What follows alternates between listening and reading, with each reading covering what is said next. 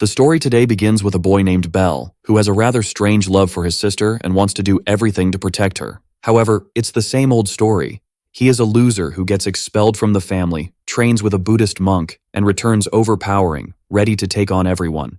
But upon arriving home, he sees the city on fire, and when he finds his sister, she has already moved on to her next reincarnation.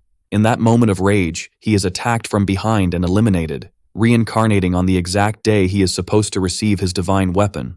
But hold on, I haven't explained what a divine weapon is. Some weapons can only be found in the hands of those who are privileged. They are divine weapons. These weapons are the materialization of a person's soul. Thanks to this, these equipment are endowed with unique abilities. A family belonging to the nobility once defeated the evil god, the Catastrophe Duchy. Since birth, its members possess everything: bodies suited for combat, exceptional talent for battle, and divine weapons that are truly incredible. The protagonist was born into this family, which wishes to one day become a great hero, who will proudly wield the divine weapons he possesses. At least, that's how it should have happened. But at the oracle ceremony, when someone's divine weapon is manifested, he ended up discovering that he would have none. It was the first case in the history of his family where this happened, becoming the first major failure. Because of this, he was seen as inferior and faced constant humiliation, being called a public embarrassment. The second son of the family, Zayn, managed to be a natural jerk. For him, useless people like the protagonist, who couldn't have a divine weapon, didn't belong there. He used this as a reason to unintentionally massage the protagonist's face, performing temporary facial harmonizations on him. Jessica and Sarah also watched this and did nothing. The former seemed to enjoy the humiliation sessions as well. Sarah, on the other hand, didn't like what was happening. She tried to intervene in some way, but Jessica made her trip and fall to the ground. She did this because the girl was called there to observe and witness what happens to those who are weak and without a future. Seeing Jessica stepping on his friend's head, the protagonist became worried, but he was in the middle of the involuntary massage session and was reminded of that. His aggressor said that filthy hybrids are very attached to each other. They are the children of concubines, which is why they are constantly humiliated by others, being called mutts.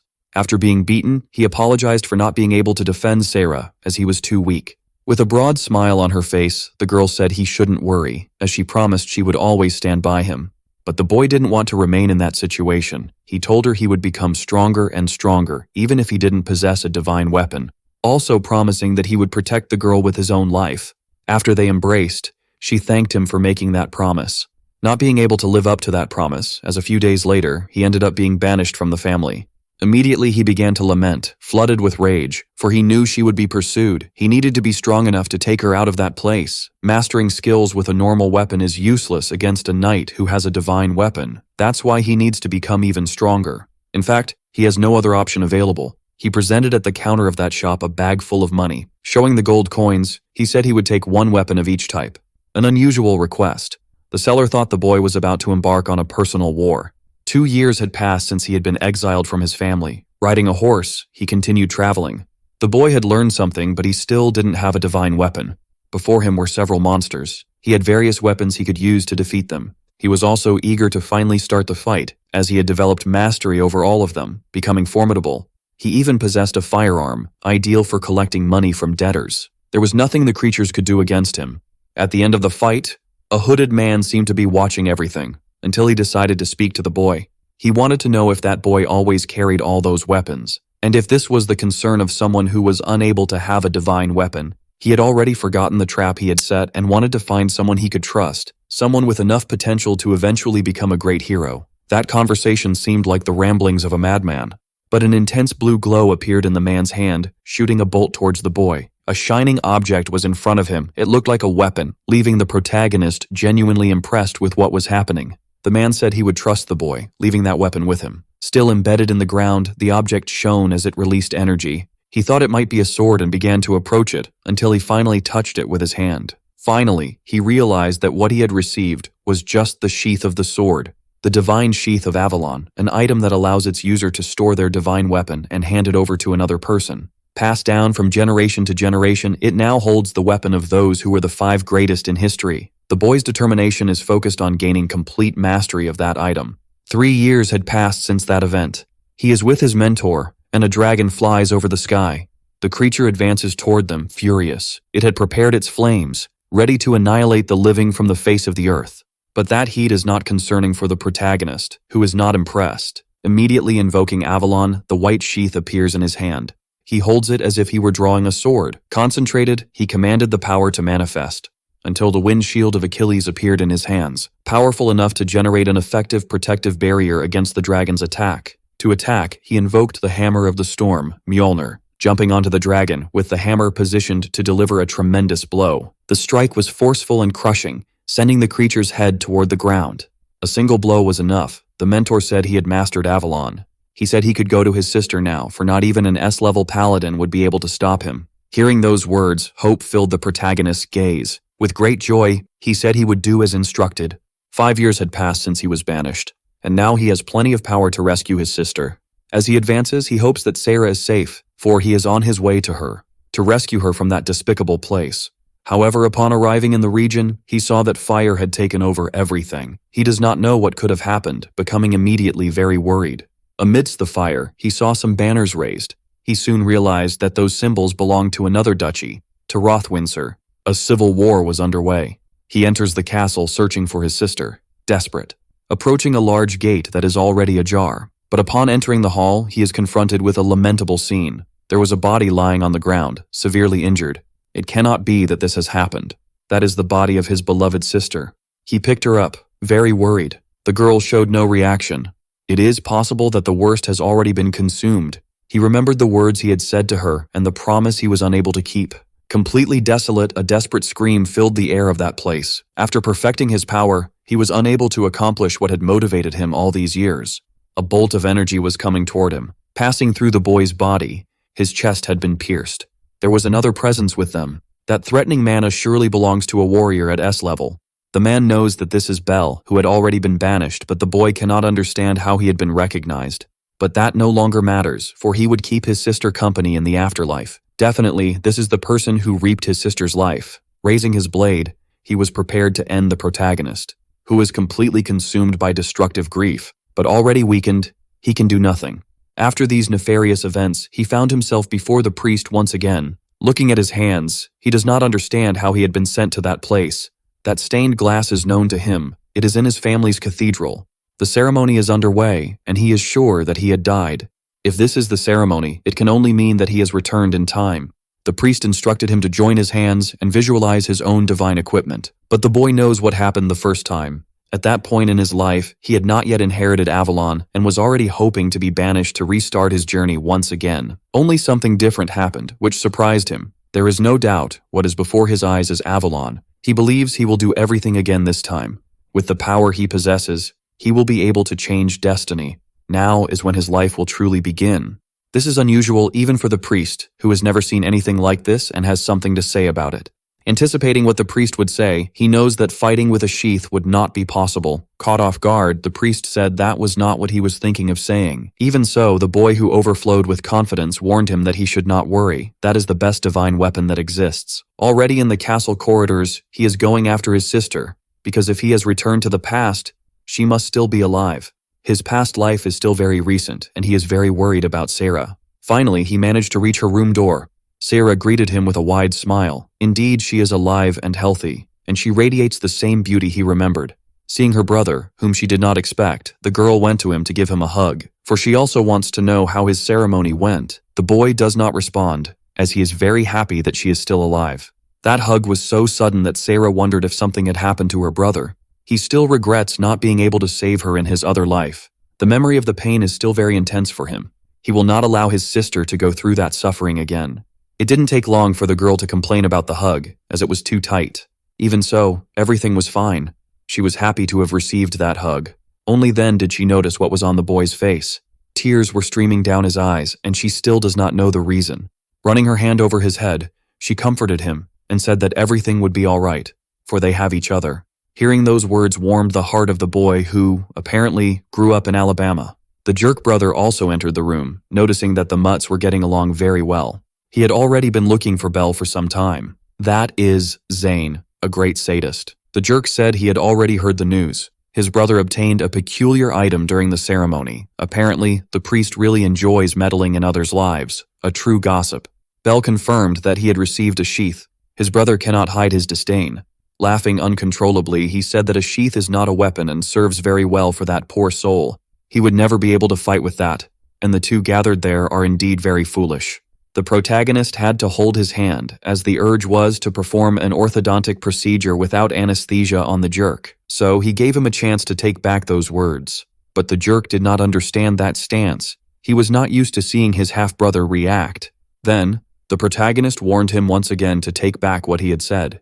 Feeling that it was a challenge, the jerk became even more filled with hatred. Now, he would teach a lesson to the son of the concubine. For the jerk's complete misfortune, the protagonist has years of hard training with his mentor, landing a solid blow to his stomach so that he reflects on his actions from then on. The poor boy only did not regurgitate his lunch because the food was already closer to the end than the beginning. He fell to the ground, prostrated over himself. Perhaps he felt the blow to his liver and his blood pressure dropped. Looking at the jerk, he advised him not to threaten Sarah again, or he could end up being forcibly taught to be more polite. The jerk says that his half-brother is a bastard, and now he was going to escalate the violence. With his divine weapon, he promised to make his brother beg for forgiveness, as he would scorch his skin. Seeing that the jerk wanted a serious fight, then, it was all good. He warned Sarah to step back, as things were going to get quite entertaining now, but he reassured her first, as everything would be all right. Preparing for battle, he summoned the powerful Avalon into his hand. His brother does not believe he can be defeated with an object that is not even a weapon, for he is already a level E Paladin. A bastard would never stand a chance against him. That is actually relevant. Paladins are divided into levels. Everything depends on the strength they possess. Upon receiving divine armament, they automatically go to level F. Being able to channel mana into the armament, they rise to level E. From level D upwards, that same mana can be channeled into special attacks. To go beyond level B, it is necessary to know how to use the unique abilities of that equipment. It is bizarre that the jerk boasts about being at level E, as he still has a lot of development to do. His exaggerated confidence only makes the jerk even more irritated. Being even more provocative, he said that his brother was being very cute. That had been the last straw. He was going to attack the mutt in a devastating manner. Sarah became worried, as she was sure things could get complicated. Bringing his hands to the sheath, he summoned the Sword of Light to be called. Caliburn appeared before them, a truly formidable sword. The fool couldn't believe it, as the flames from his weapon were ineffective against it, not to mention that he had no idea what that sword was that had appeared. The counterattack was enough to make the fool lose his balance. Even more surprising is that his divine weapon was cut by that sword. The boy watches, terrified, understanding that he has been completely subdued. Still unable to comprehend what happened, he is sure that there was nothing in that sheath. Approaching him, the protagonist wants to know if he is satisfied, or if he wishes to beg for forgiveness now. As the good loser he is, he said he was deceived, that he didn't know the boy was armed, because if he had known, he wouldn't have attacked. Since he is a coward, he was still able to threaten him, saying he wouldn't forget this. Fleeing the room, scared and with his underwear completely obliterated, the protagonist made sure to follow him as they had not finished what they had started. In his hand now is a fire-breathing lead shooter, the Ragnarok. With the fool in his sights, he took a single shot. The poor soul tries to escape, realizing that the shot had passed too close to his face. It hit the wall in front of him. Contemplating the hole left by the bullet, he became even more frightened. Everything was becoming increasingly confusing for him. It doesn't make sense that he now has a different weapon. As he had just used a sword, it is impossible for him to have more than one divine weapon. The protagonist advised him not to forget this. He shouldn't provoke Sarah again.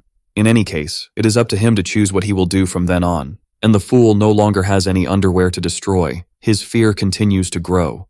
With coldness in his gaze like a loan shark collecting, he warned that the consequence of the fool's actions could earn him a hole in his forehead. Desperate, the fool ran away to save his own life, while the protagonist stored his divine weapon. Sarah, who had seen all of this, was utterly impressed. She was fine and wanted to know if those weapons were her brother's divine armament. Then he reminded her that he had already warned her. She could leave everything in his hands. The girl thought that was really cool, and what the protagonist desires is to continue protecting that beautiful smile. He would never lose to anyone again. Elsewhere, the fool went to tell what had happened. He had gone to his father to tell the Duke that he had been humiliated like a dog. The Duke is interested that Belle has received several divine weapons. The fool warned that this is not normal and that Belle must have made a pact with Beelzebub, the loan shark.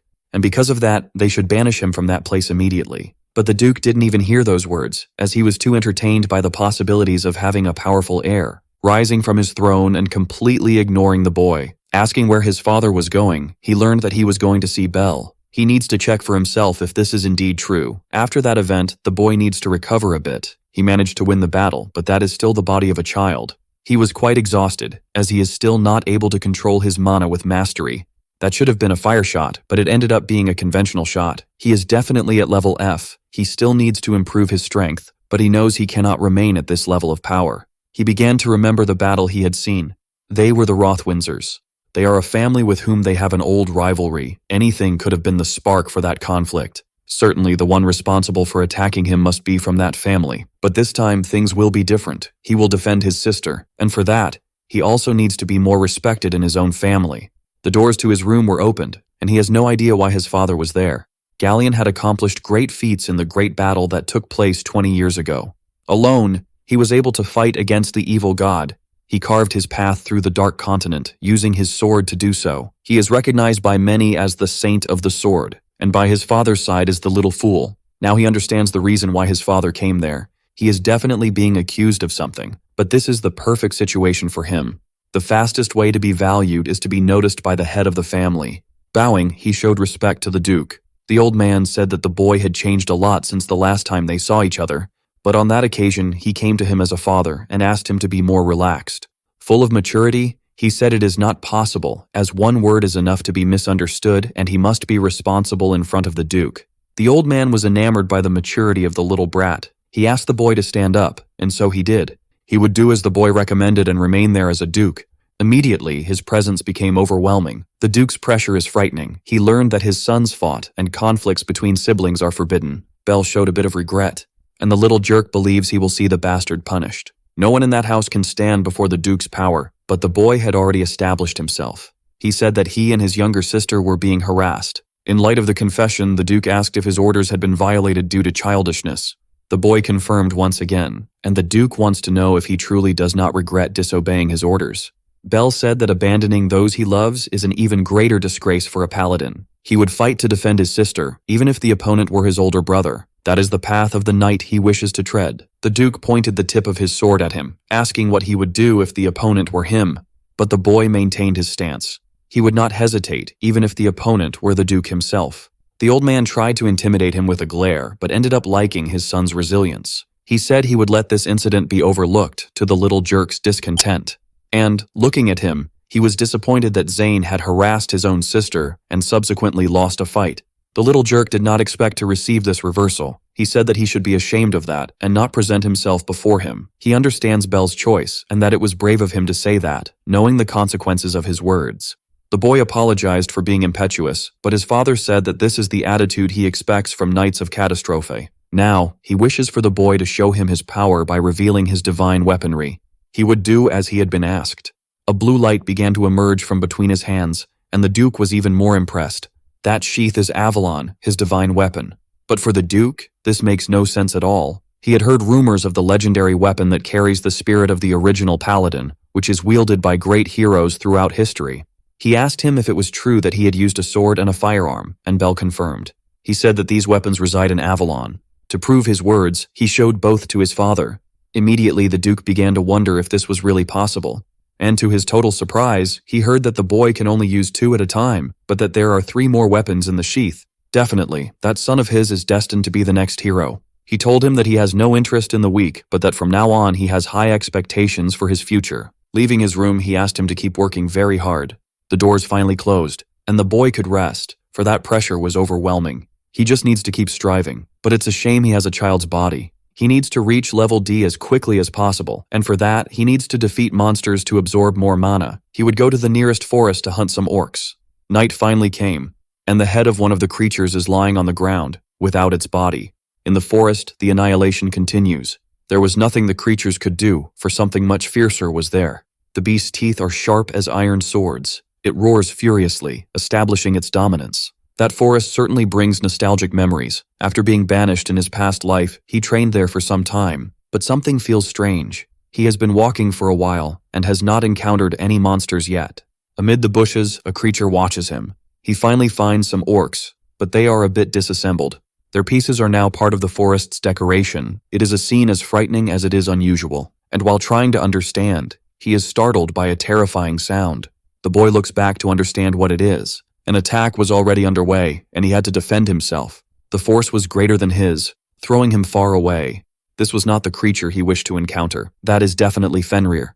The reason there are no monsters in the forest is a level D creature. He has almost no mana now and must be at most level E. It would be good if he could get out of there immediately. But, looking into the creature's eyes, he knows he would be executed immediately. The boy needs to stay very alert to avoid becoming dog food. Being caught off guard, he realized that the monster's speed is greater than he imagined. He had to throw himself away from the attack. In his hands, he summoned the fire-spitting pistol. He fired a few shots at the creature, which was able to dodge all of them. Now, he is in trouble, for sure. Since his mana is still low, the spells are not very fast. The firearm will not be effective. He needs to try something else. With the sword in hand, he charged at his attacker.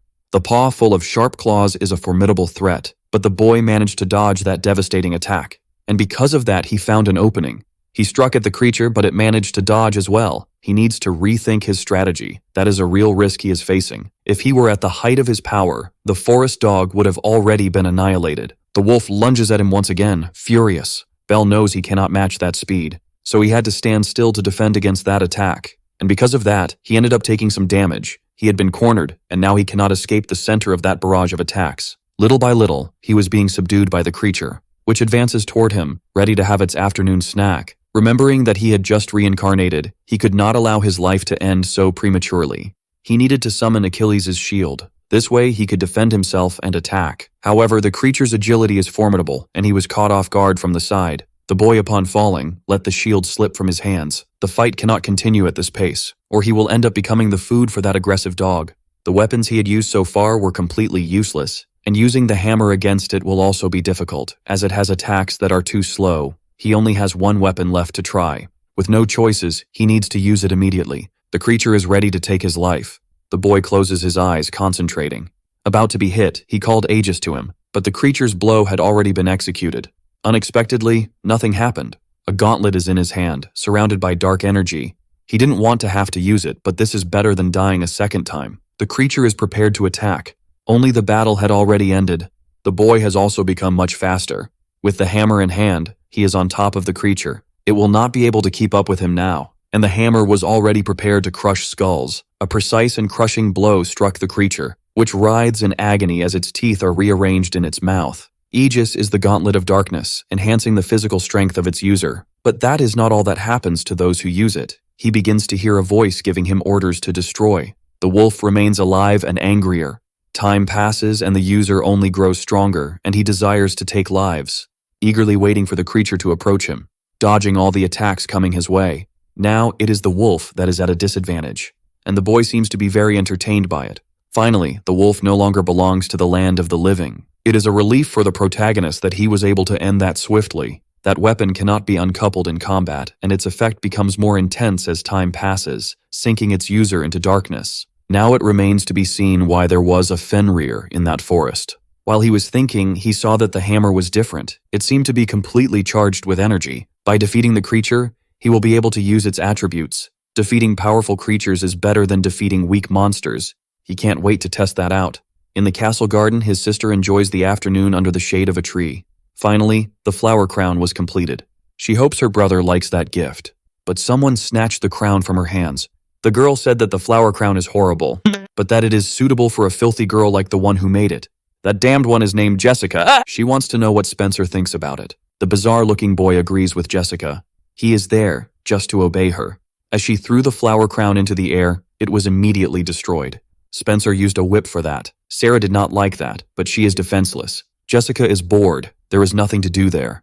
With a weapon in hand, she invited Sarah to go with her, because it is time for her to practice a bit to improve her aim. Firing a shot at the girl, who shrank back, frightened. Bell had appeared, defending the shot with his sheath, stating that he would play with Jessica. Sarah is surprised as she did not see him arrive. In fact, she is completely oblivious to her surroundings, never seeing anyone approach. Bell said he was also looking for an excuse to test his divine weaponry. Only Jessica did not understand what was happening. No mutt would stand in her way. Bell is too busy trying to comfort his sister and telling her that everything will be all right. And now he has something to do with the sassy girl. The boy with the terrible hair tried to position himself in an intimidating manner. He knows that this boy is a kind of servant to Jessica, so he made a point of showing himself to him as the Duke's son. But he would not show respect to someone who is the son of a concubine. That only made the protagonist irritated. Jessica wants to know why he is so confident, since he is weak and got lucky beating Zayn. They believed that the protagonist was lucky and that Zayn was careless, and using only a sheath as a weapon, he must be the weakest of the weak. Closing his eyes, he stated that it is better for her to see for herself if what he has is luck or talent.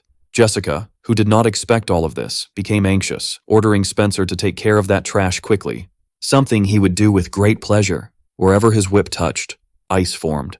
Even so, Belle was not impressed. Spencer is a D-rank paladin and has an ice whip as divine weaponry, and he is much stronger than the loser who is only at E rank. But the protagonist is the protagonist. The boy said he would freeze the legs so that his victim could not escape, and then the arms and body until he could not move anymore, ending with slaps to his face until he became unrecognizable.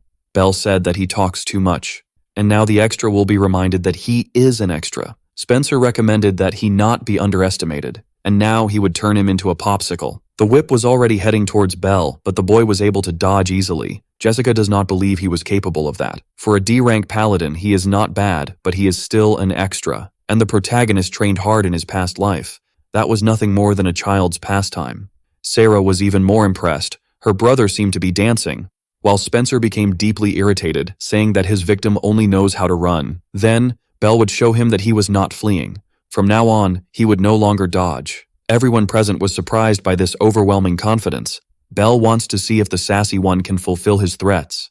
Spencer succumbed to the provocation and charged for the attack, and now he would freeze him completely. The whip lunged towards a Belle who was standing with arms wide open, striking several times, but nothing happened. Sarah was very worried. The ice had finally formed. His arms and legs were frozen now. If he cannot move, it is time for Spencer to attack his face. Belle wants to know if that is all he is capable of doing, because if it is his turn to be the attacker. He immediately called for Ragnarok, and the firearm appeared in his hand. For the sassy one, it is impossible that he has two divine weapons. To free himself from the ice, Belle began to release his mana. Now he is free to move around freely. Jessica does not believe that Belle was able to do that. It is not possible that he has two divine armaments, in addition to using his attributes in that way. And now it is time to bring punishment until he says enough. Firing intense flames at him, Spencer knows he is in trouble. He tried to protect himself using the ice whip, covering his body, believing that would be enough to block the approaching flames. Belle knows that it won't be difficult at all, since the bullet completely pierced that block of ice. Spencer cannot believe he will be violently oppressed.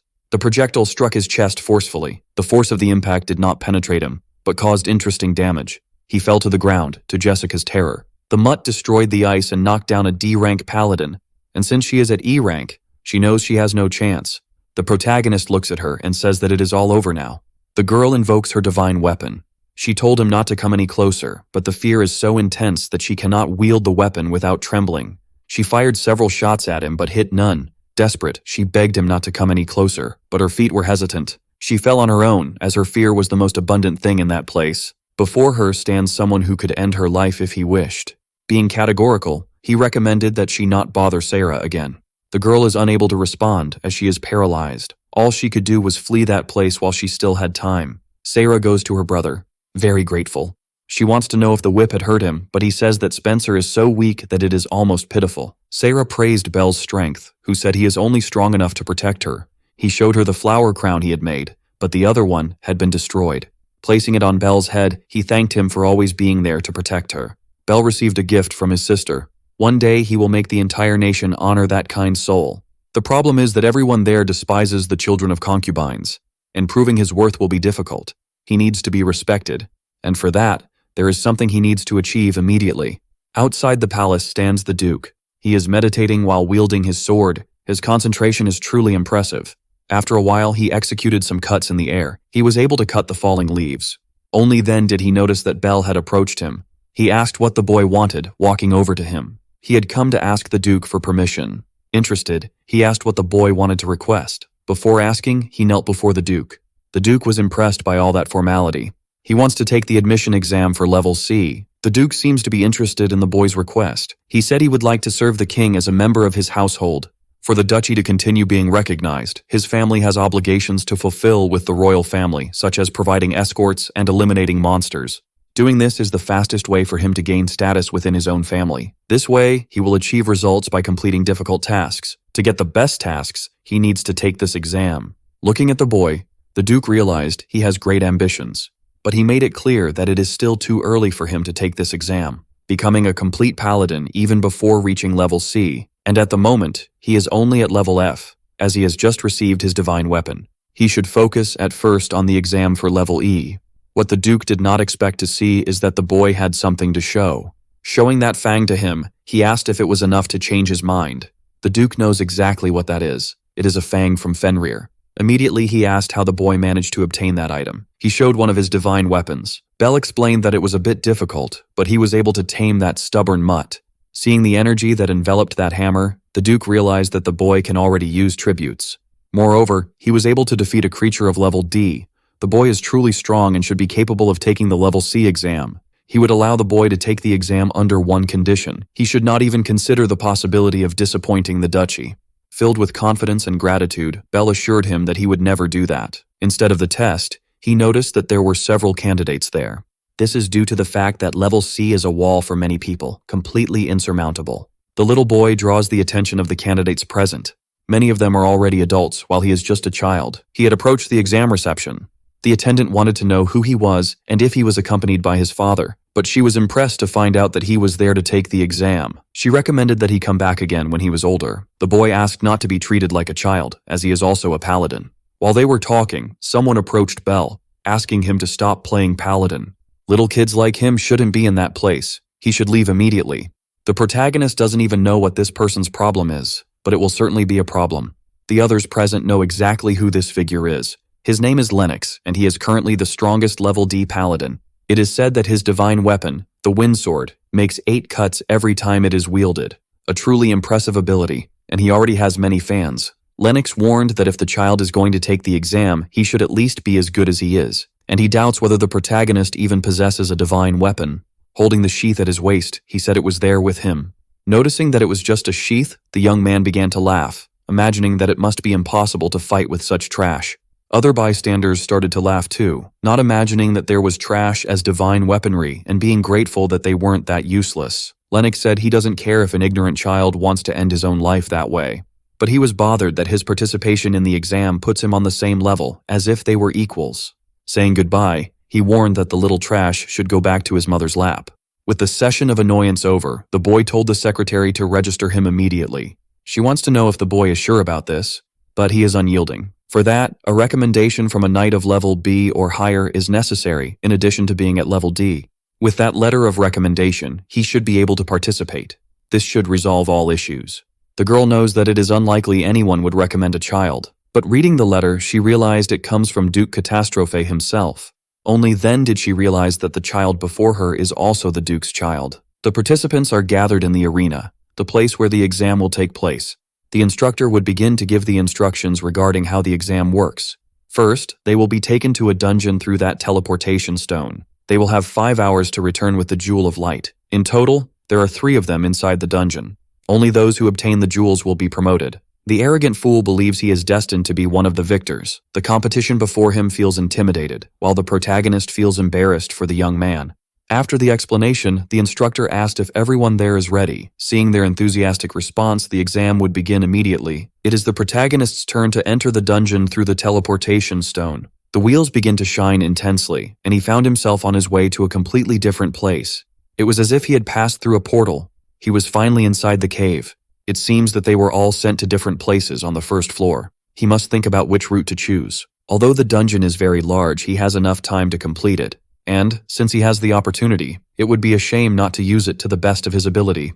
There are many creatures in this dungeon, and the more monsters he defeats, the greater his mana will be. Immediately he drew his sword, determined to hunt all the creatures that exist there. Inside the dungeon, the other candidates are having difficulties defeating the creatures. They are formidable and quite dangerous. The eyes of those lizards are frightening and violent, more than enough to intimidate the weak. The arrogant extra does not understand how the others are struggling to defeat such weak creatures. He is capable of annihilating the creatures with a broad smile, as it does not require much of his abilities. His feats earn him applause from the others. Very full of himself, he claimed that he is not mediocre like the rest, and, to be frank, that difficulty is frustrating. The extras are happy to follow him, as they will be safe. Being accompanied by them, Lennox warned that they would have a privileged view of his skills, and that weaklings like those are only good for wandering around. After wandering through the dungeon, the group came across a very large door. That must be the last room. He hopes to be able to entertain himself a bit. Unexpectedly, there were several level D monsters in that place, and the jewels are positioned on an altar at the end of the room. One of the creatures began to walk toward the group. Lennox believes he will be able to cut it into pieces, delivering several cuts toward the monster, but its body is so hard and resilient that it suffered no damage at all. It is time for the creature to counterattack. For the first time in the dungeon, the arrogant extra found himself pressured by one of the monsters. The blow was so strong that he ended up losing his balance, but he is still surprised that his attacks had no effect whatsoever. Even the other extras could not believe that this was happening, immediately worried, as the other creatures had focused on them. The young man needed to act to save his own life. He managed to hit one of the monsters that was attacking him, only to realize that physical attacks were completely useless against it. Meanwhile, the woman was having difficulties fighting the creature capable of flying. This other monster could attack with its feathers without needing to get close. Lennox finally realized the extent of the difficulty at the end of that exam.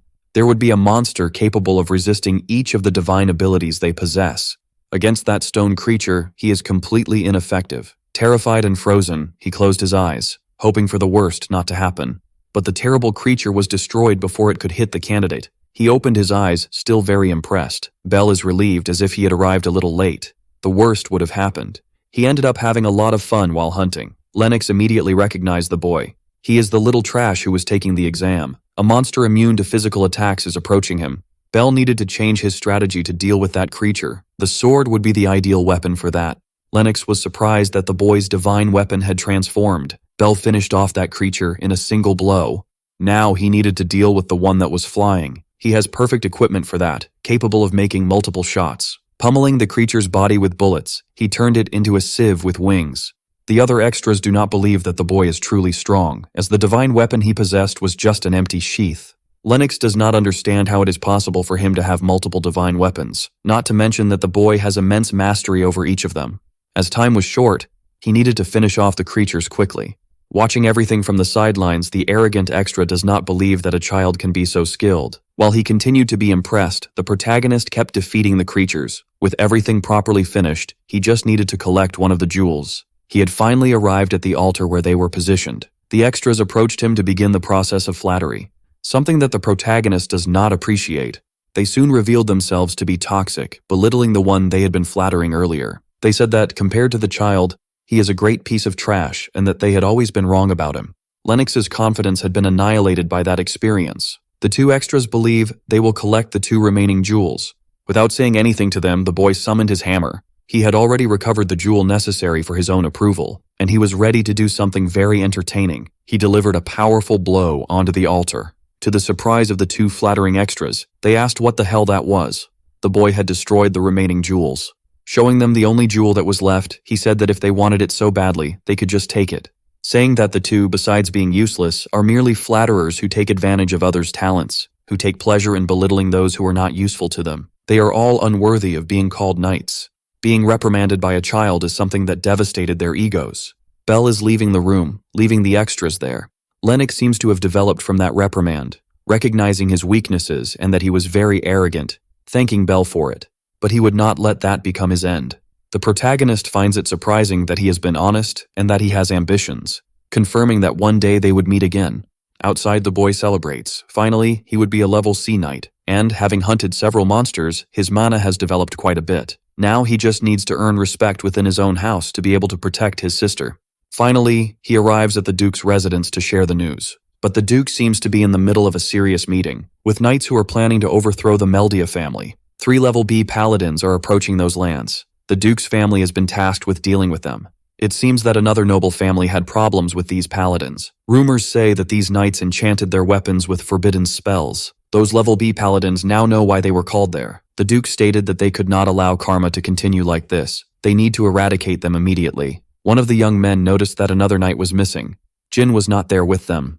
Placing a book on the table, a young man asked what the meeting was about. Immediately, the others turned to see who it was. The young man said that this organization had already been annihilated, for he, who will be the next Duke, will be the reason for this event. One of the maids is bringing the meal to her lady, informing her that the food has arrived. Sarah prepares to sit at the table. Being very polite, she thanked the woman's efforts, who left the room, not paying any attention to this gratitude. Sarah seems to be very sad. She looks at her meal with no enthusiasm whatsoever. Finally, her brother enters the room announcing that he has arrived. He looks at her with great joy. Sarah reciprocates in the same way. Belle informed her that he had to do something important, and that he brought gifts for her. On the table now lies a complete meal. Sarah was very happy with the apple pie that had been brought, and she hopes to be able to eat all of that in her brother's company. But that is not the time to enjoy her sister's company. The food is always the same, as even the servants detest the children of concubines. He needs to work hard to improve his sister's quality of life immediately. The meeting with the Duke is still ongoing. He is impressed that one of his sons has dealt with karma alone. This can only mean that Jin has already reached level A. As expected of the Duke's eldest son, he is on another level. After that, he also sat at the table. He wants to know if his father has anything else to share. He mentioned that the king has assigned their family another task. They should escort Princess Rika Shutagvalane. One of the knights would like to know if the royal guard is not sufficient. The other said that the royalty should not have been informed, even though karma is no longer a problem. Thus, the safest route should go through Ricotta. While they were talking, another person entered the hall. The boy asked them to wait before deciding. His appearance caught everyone's attention. The knights know that this is Belle. The Duke cannot deny that he is very pleased with his son's talent. It seems that the exam had already ended. Showing his certificate, the boy confirmed that he now belongs to level C. It is impressive that he achieved this at such a young age. Now, the Duke wants to know why he interrupted. He would like to suggest another route for this journey. One of the knights was surprised that a boy had something to suggest. The route that goes through Ricotta has no monsters, which is why there are so many bandits, and the journey would take 3 days. It would be better if the journey went through the monster plains. One of the knights warned that that place is definitely dangerous. But the boy knows the monsters that inhabit this region. Most of them are chimeras and horrors of the dark. Both are nocturnal creatures. Passing during the day would be much safer, not to mention that it would only take a single day to reach the destination. The knight, unfortunately, has to agree with that. After listening to the boy, the Duke realized that he is assertive and knows a lot about monsters. It remains to be seen what they thought of this.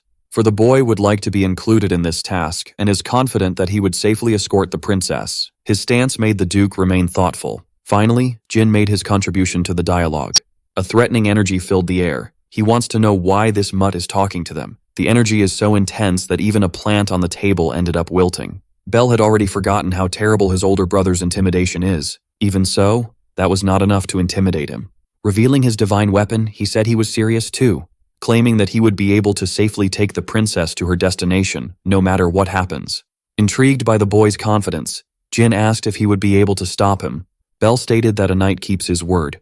Jin's servant ordered the boy to shut up, since his words represented blasphemy against Jin. This is Razor, the secretary of his brother, who by now must be a level B paladin. Jin seems very interested in the boy, and asked his secretary to put him to the test. Then, he also revealed his divine weapon.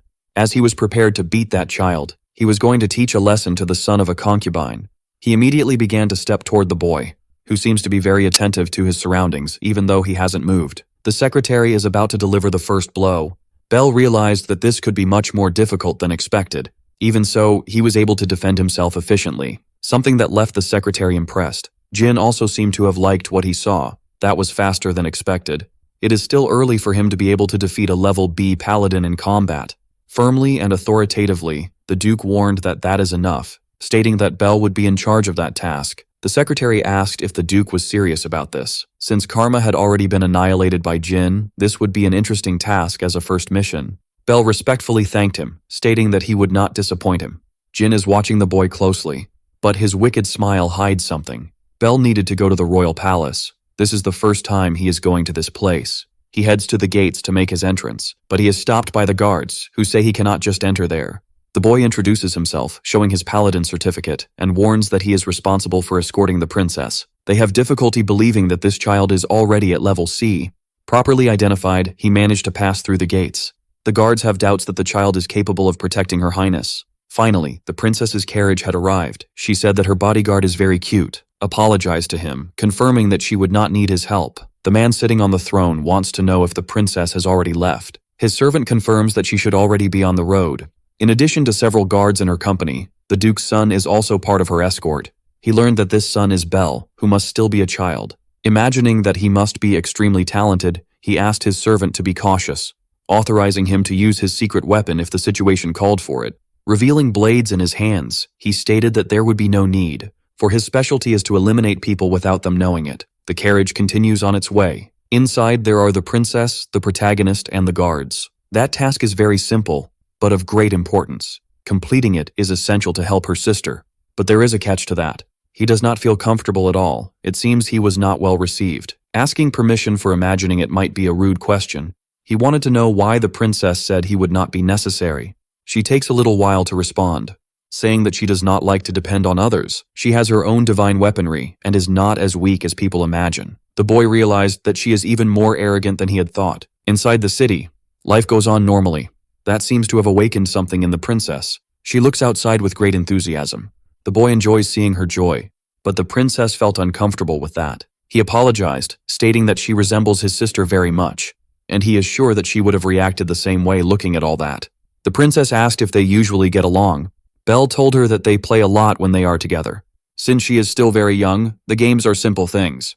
The princess said that she has many siblings, but she cannot trust any of them. Imagining that it might be about succession conflicts, Belle felt sorry for her. He said that in his own house, he goes through a very similar situation. His siblings often chase them for being the children of a concubine. Since his mother is deceased, there is no one to protect them. The princess seems to have become interested in that. Belle said that she must feel that way and that she could confide in him if she felt comfortable, but she does not want to depend on anyone, much less on someone like him. The boy does not know what her situation is, and by presuming he understands something, was disrespectful. Around the road, outside the walls, they are being watched. At night, finally, it came upon them. They arrived at their destination in one day, as planned. But for the princess, that had been very tiring. The gates open, and she is welcomed. Only she does not know who this young man is.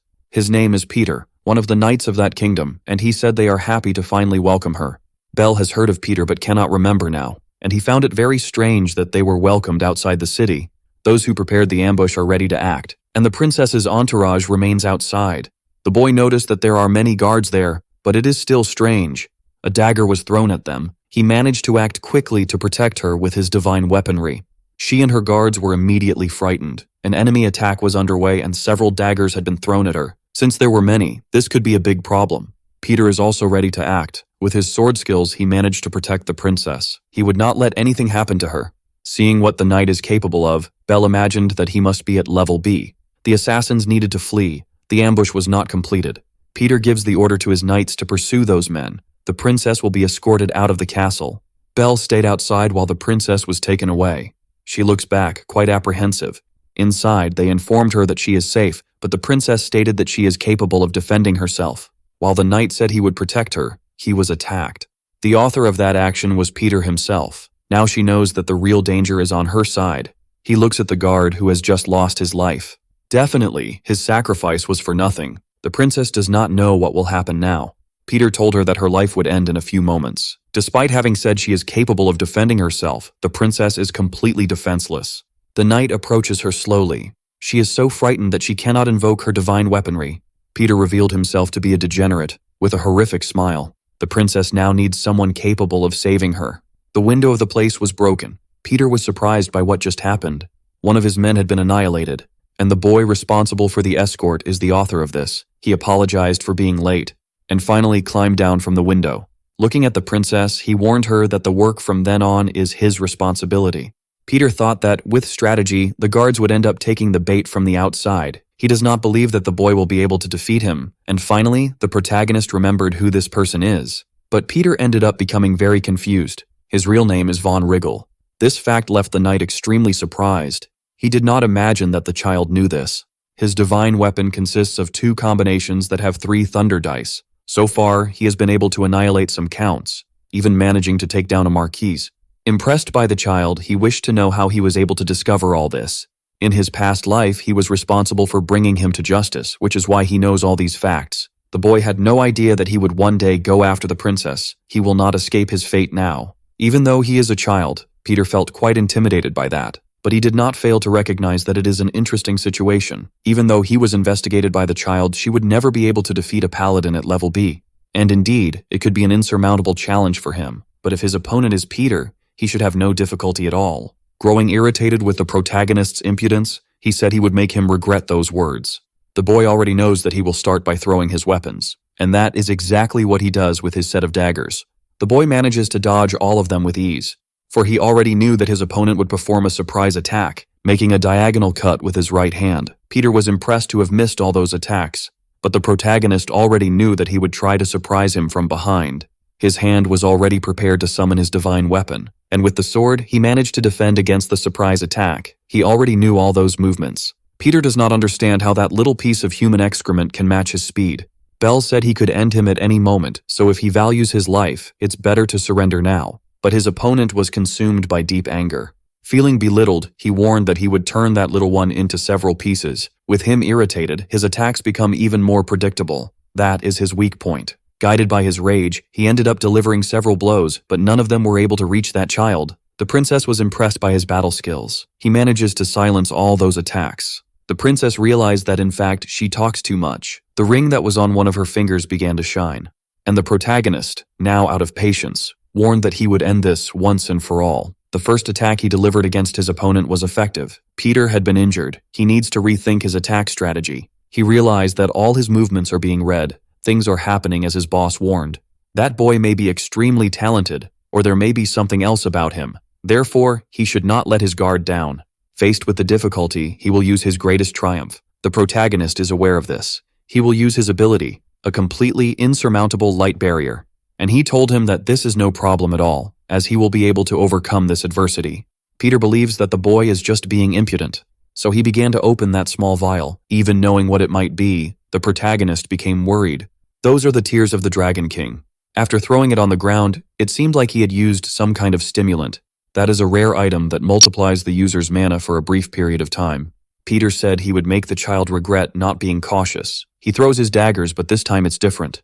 They are noticeably much more powerful, and the boy needs to be cautious. For now, he is surrounded by all those blades. They had stopped in the air to completely encircle him. Peter believes that his victory will finally happen.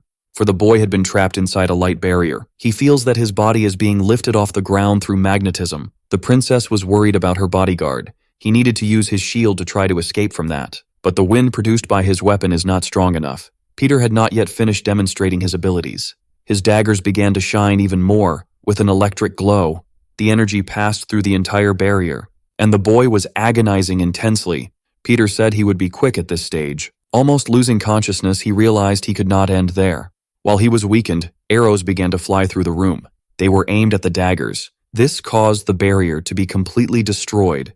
It was only then that Peter realized what was happening. The princess managed to use her divine weapon. That paladin was risking his own life to save her. She could not be afraid forever.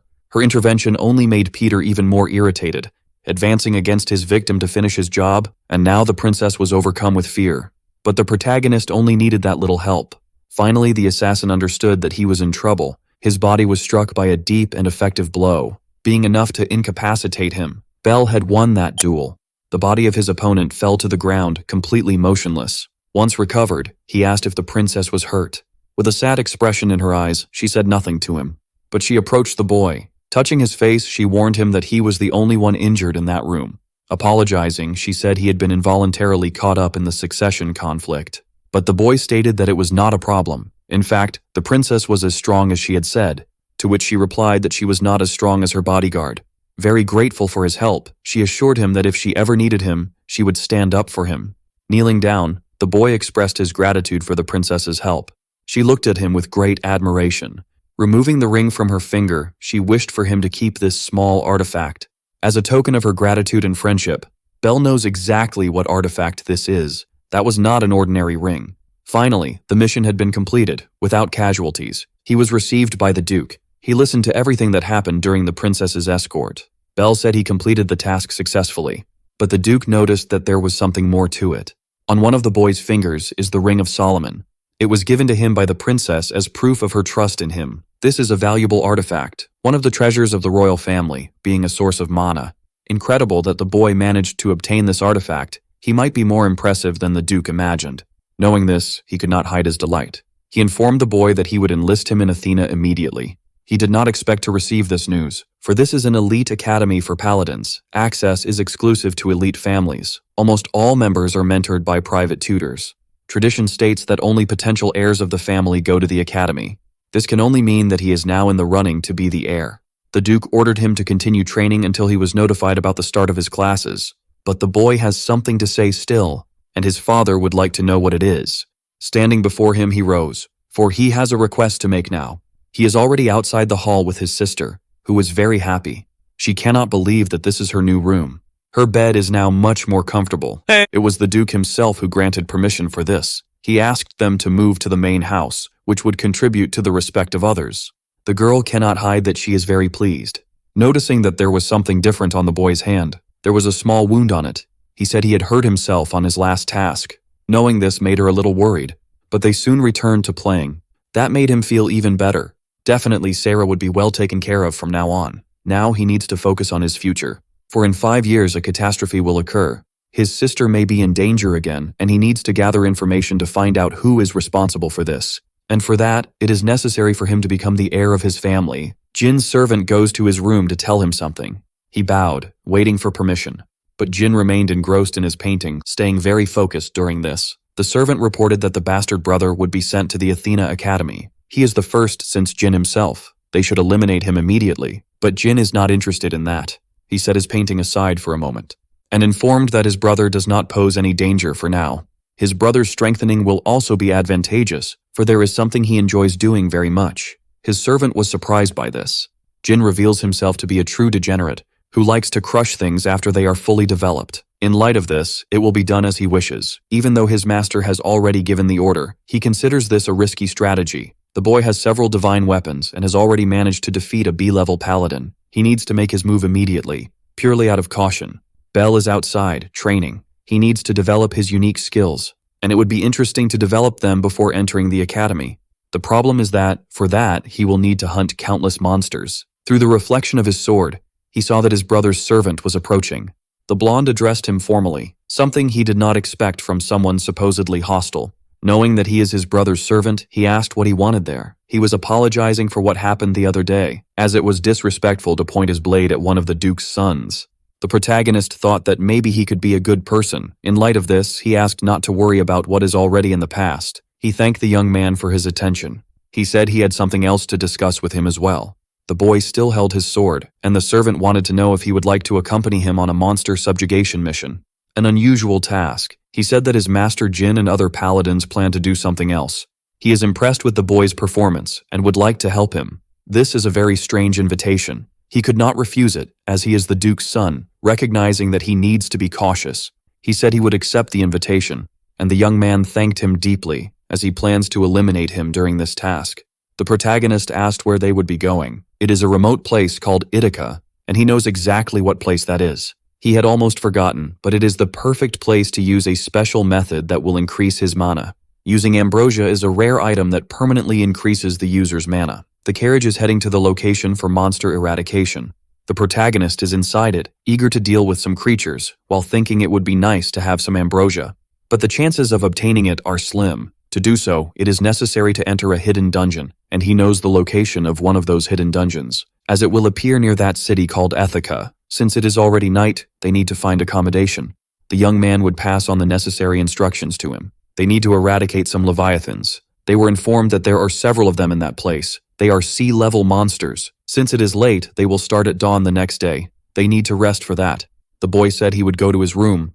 As he climbs the stairs, he is being watched. The young man thinks he is an idiot who does not know what is happening. He will make it seem like everything was an unexpected accident. No matter how talented he is still sea-level.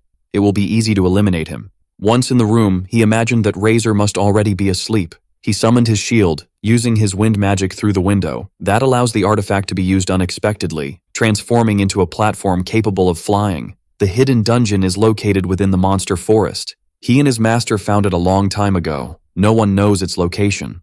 Finally, the boy's feet touch the ground. As his artifact dissolves, he imagines he has located the dungeon. Before him is a small entrance. The boy begins to explore its interior, coming across a large portal. That was exactly what he was looking for. But hidden dungeons can be differentiated by their color. Blue ones are A level. A green gate is B level. Upon completing it, he will receive ambrosia equivalent to the dungeon's level. That will definitely help him a lot. The boy is ready to enter through the gate. He needs to defeat the boss creature of the place. In his past life, he faced it as only a D level. His master warned him it was too early, and it might be difficult for him now as well. But he cannot back down just because he feels fear. He placed his hand inside the gate.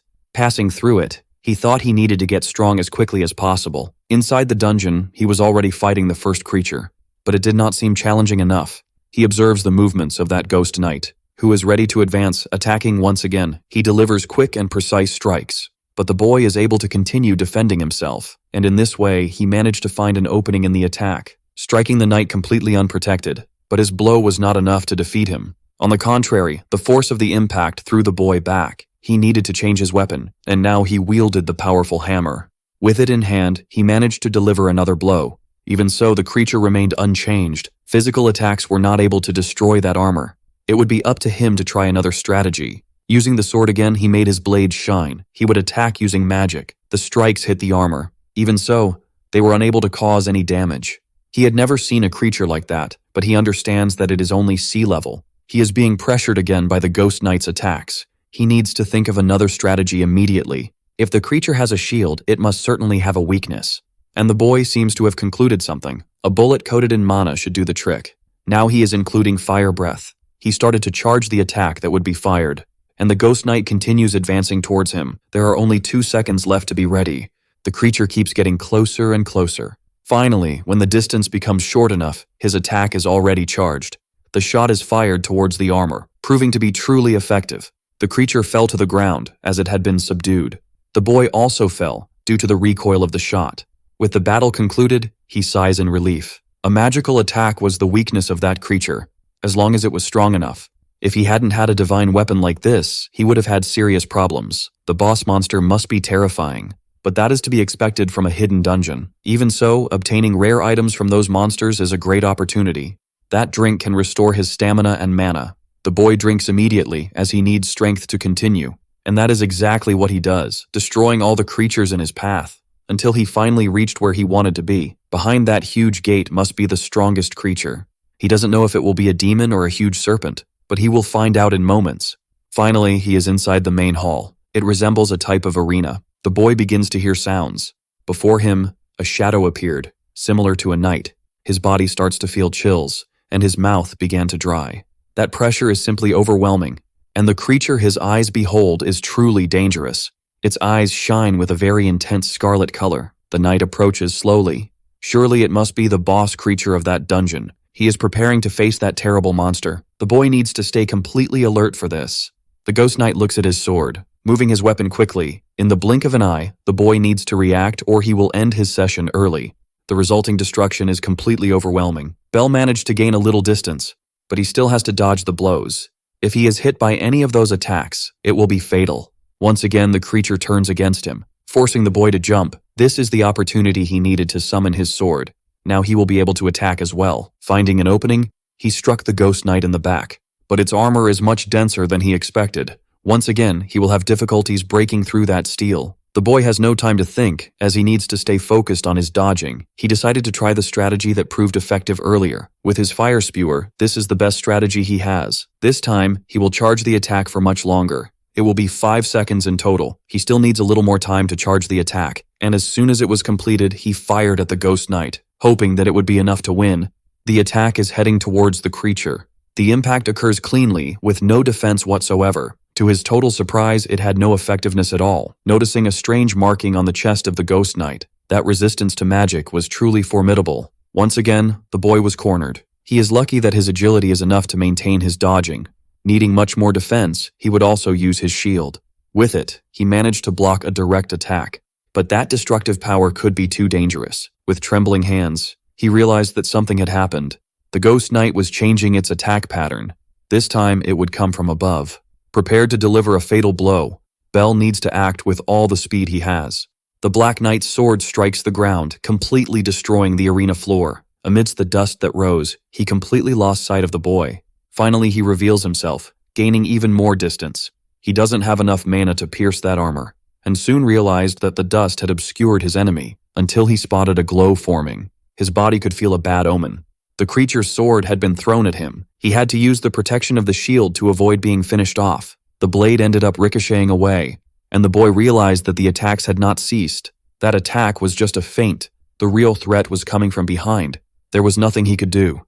His body aches as the impact had been brutal. He is lying before the creature, and it is still not satisfied with the life of its enemy, trying to step on him to end his suffering. Even though he had been weakened, Bell managed to dodge once more. He only regained his strength because he drank an elixir. If it weren't for that, he would have been defeated. The problem is that he has nothing left to rely on. And the creature had retrieved its sword. Faced with the risk and the impossibility of winning, he will need to take a gamble.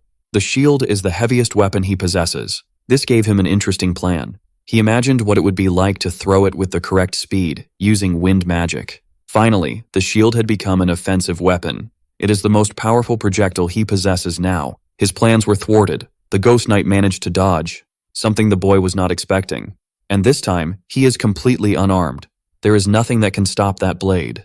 Completely cornered, he realized he would not be able to dodge. And now there is no shield to protect him. He needs the trajectory to be corrected for him to have a chance of survival. Surprising the creature, the shield managed to hit it. This gave him time to dodge the sword. Seizing the opportunity, the boy advanced. For this time, he would change the type of attack. With the strength of his hammer, he hopes to cause some kind of damage. The Ghost Knight is aware that he will not be able to dodge. The force of the impact proved to be devastating. After that, the creature fell to the ground, defeated. Bell is panting from the fierce battle. His strategy with the shield was very risky, but it proved to be very effective. Now he needs to stab whatever exists inside that armor. Only the boy took too long to do that. The knight was standing again. That battle was not over. Unusually, the armor plates began to fall, and the creature revealed its true form, something the boy still did not understand. The monster is about to put its hand on a hook present on the guard of its blade, removing from it what appears to be a new instrument. That was a kind of latch. Its sword was still in the sheath. Finally, it had been revealed. The boy had no idea that this existed, and now he has a new enemy to fight. The creature had gained quite a bit of speed. Bell is having difficulty keeping up with these attacks, being violently thrown towards the wall. The pain he felt in his body was agonizing. As he fell to the ground, he no longer had the strength to continue fighting, and the creature continues to approach him. His senses are almost fading, and the dungeon boss is ready to end his life. Even without strength, the boy tries to get up one more time, for it is certain that if he does nothing, he will end his life there. He can barely lift his own head. The cut is coming in his direction, but it was avoided. He is using the gauntlet. The creature's luck had finally come to an end. The monster did not understand. Its victim seemed to be out of strength. Meanwhile, the boy also summoned the sword. For the first time in the fight, he manages to pressure his enemy. And now the real fight is about to begin. The two begin to exchange various blows.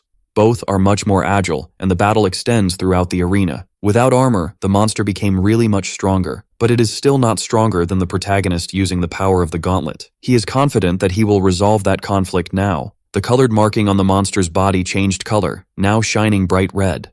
The protagonist's sword passes through the creature's mirage. He immediately realized that his sword had not cut anything, needing to defend against an attack he had barely seen. That change of color made the creature even faster. And because of that, the protagonist was pressured again, but he had not yet been defeated and needed more power to win. The more power flows through his body, the more dangerous the situation becomes. That tide of strength is truly intoxicating. A grotesque idea appeared in his mind. The gauntlet is cursed. To receive that power, he must give up his own soul. And the protagonist is about to make that pact. That mysterious aura begins to envelop him, causing him to lose control. He is unable to resist so much power. It is as if his existence is disappearing. The entity warned that he really needs power now. The reason for his suffering is his own lack of strength. That is why he was always oppressed. And because he was weak, he ended up losing his life. He should already be exhausted from being so weak now. It is time for him to be the one who takes what he desires through strength. Little by little, he is losing control over himself. The creature saw this as an opportunity to execute him. But his opponent had already transformed his own power, standing on equal footing with the creature's strength. The shockwave resulting from the clash of blades is devastating. There is only one thing that drives him now, his incessant desire for destruction. He no longer wants to win. He only wishes to destroy. And the creature would be his first obstacle. After that, he would end everything that stood in his way. Even on the verge of losing control, the boy remembered his sister. That gave him a flash of awareness. Bell was still fighting the powerful creature. He realized he cannot pay that price now, for there is a beloved sister waiting for him. His struggles are not motivated by the desire to take lives. The true motivation for wanting to become stronger is the need to protect his sister. In this way, he manages to maintain control over himself. It's time for that creature to give him the power it possesses, easily pushing the dungeon boss away. The gauntlet tries to seduce him. As long as he gives his own soul as payment, he would become stronger, but he decided to attack anyway. The creature also lunges at him.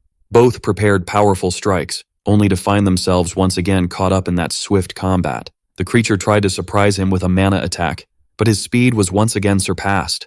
The boy managed to disarm the creature, causing one of its arms to abandon the rest of its body. That would prevent the creature from continuing to fight, and the protagonist finally found the opening he needed, cutting the creature in two halves. Finally, it seems that the monster has been completely subdued. The winner of that battle is named Bell. Still with power flowing through his body, he observes the creature's body, which, having lost its life, began to disintegrate. That challenge had come to an end, and he can now rid himself of the cursed gauntlet. That enemy was too powerful, and the boy almost lost control of himself.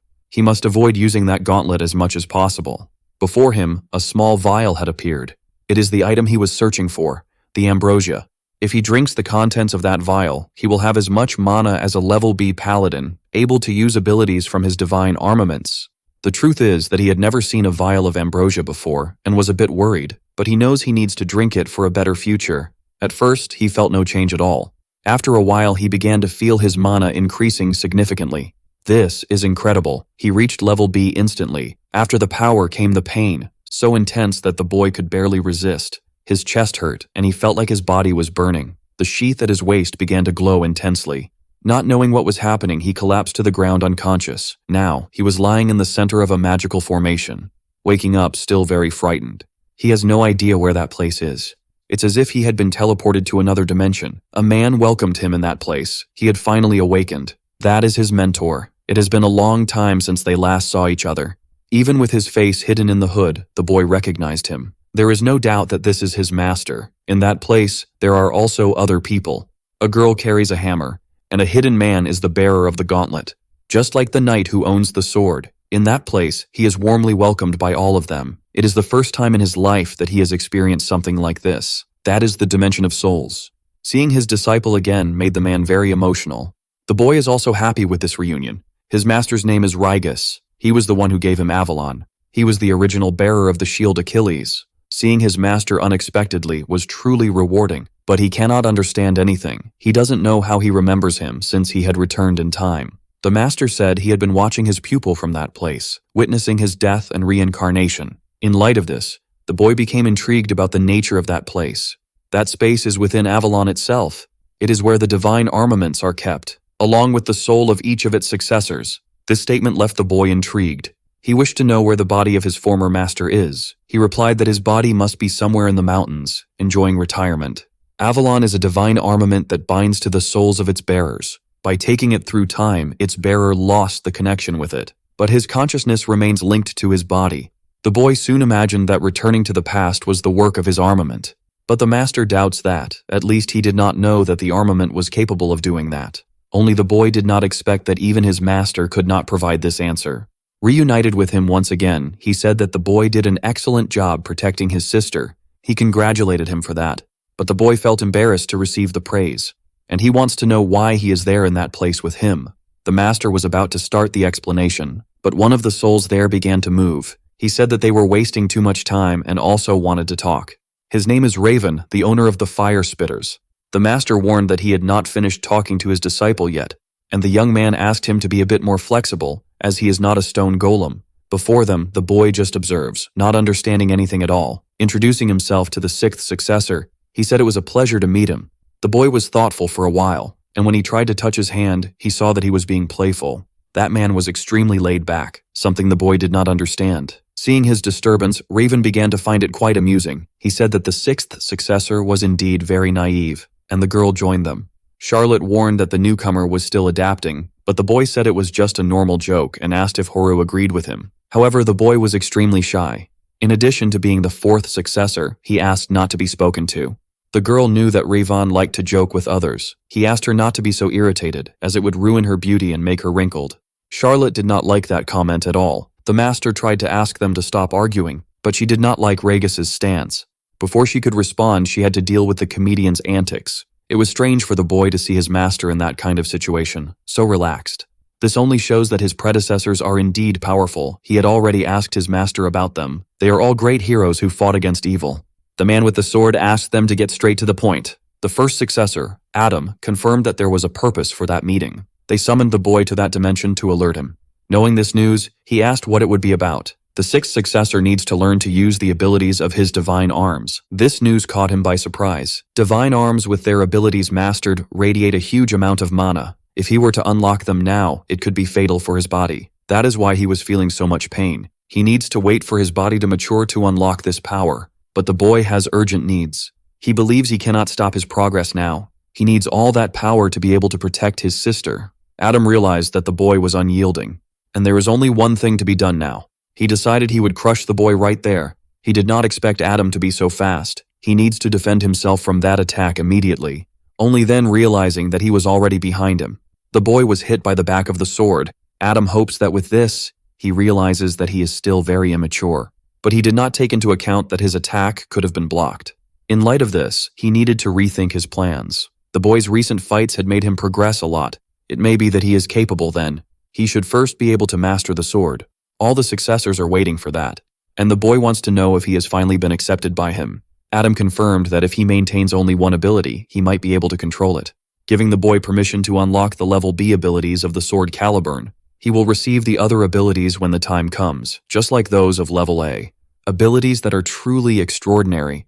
The boy announced that he would unlock them immediately. Adam seemed to like the conviction of that little one. And the comedian wished that number 6 would have good luck. They all hope that the protagonist can protect his little sister. They will continuously observe him from the shadows. It is time for the boy to return to his body. He woke up inside the dungeon. He does not feel pain in his body, but has a strange sensation. Contemplating the power in the sword, he is eager to use it to subjugate the monsters.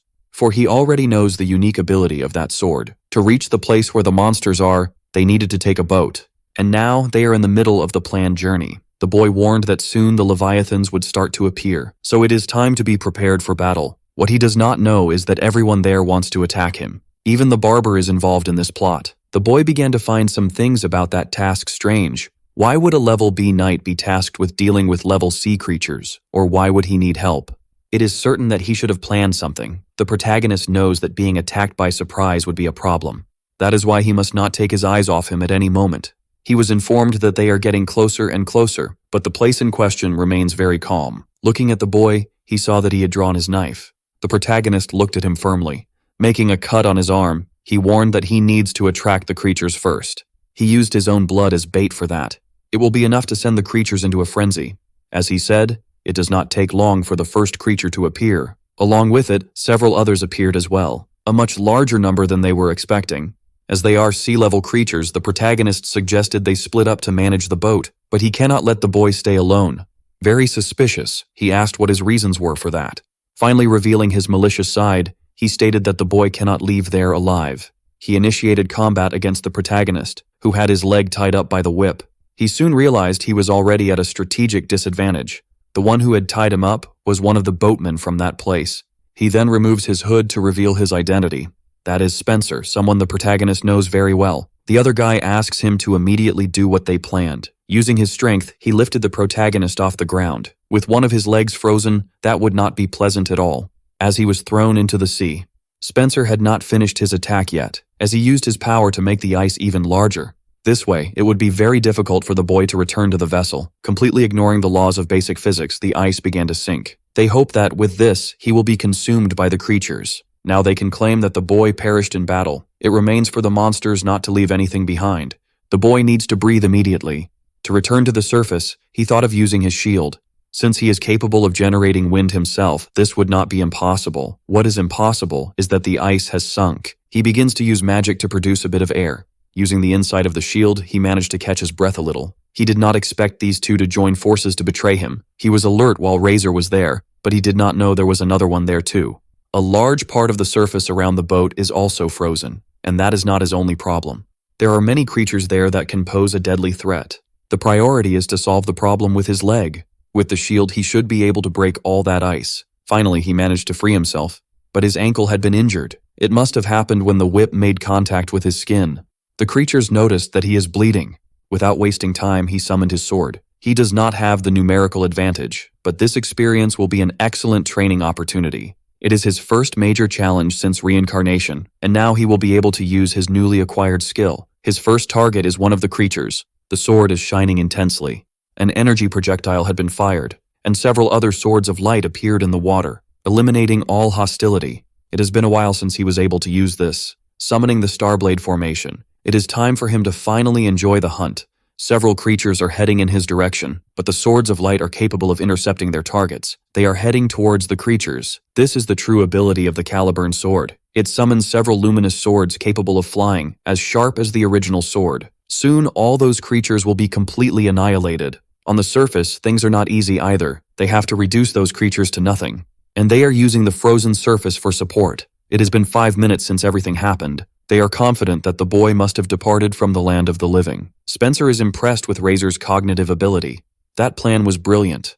Moreover, he can defeat all those creatures with ease. It is good that the boy stays by his side, or he could perish at the hands of one of the creatures. But he believes he can be useful, without realizing that the ice beneath his feet began to crack. The cracks widened, and he went to check what it could be, only to be suddenly attacked. The other guy was impressed by that.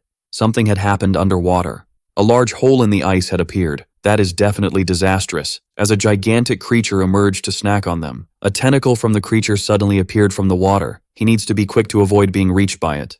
That creature is at level B, which requires several paladins of the same level to be subdued. If he is not cautious enough, he will end up losing his life. As if that were not enough, the creature has other tricks up its sleeve, firing several projectiles in his direction. But the knight managed to dodge them all. Now he needs to deal with the approaching tentacles. The boy is sure that if he gets caught by that, he will also end up losing his life.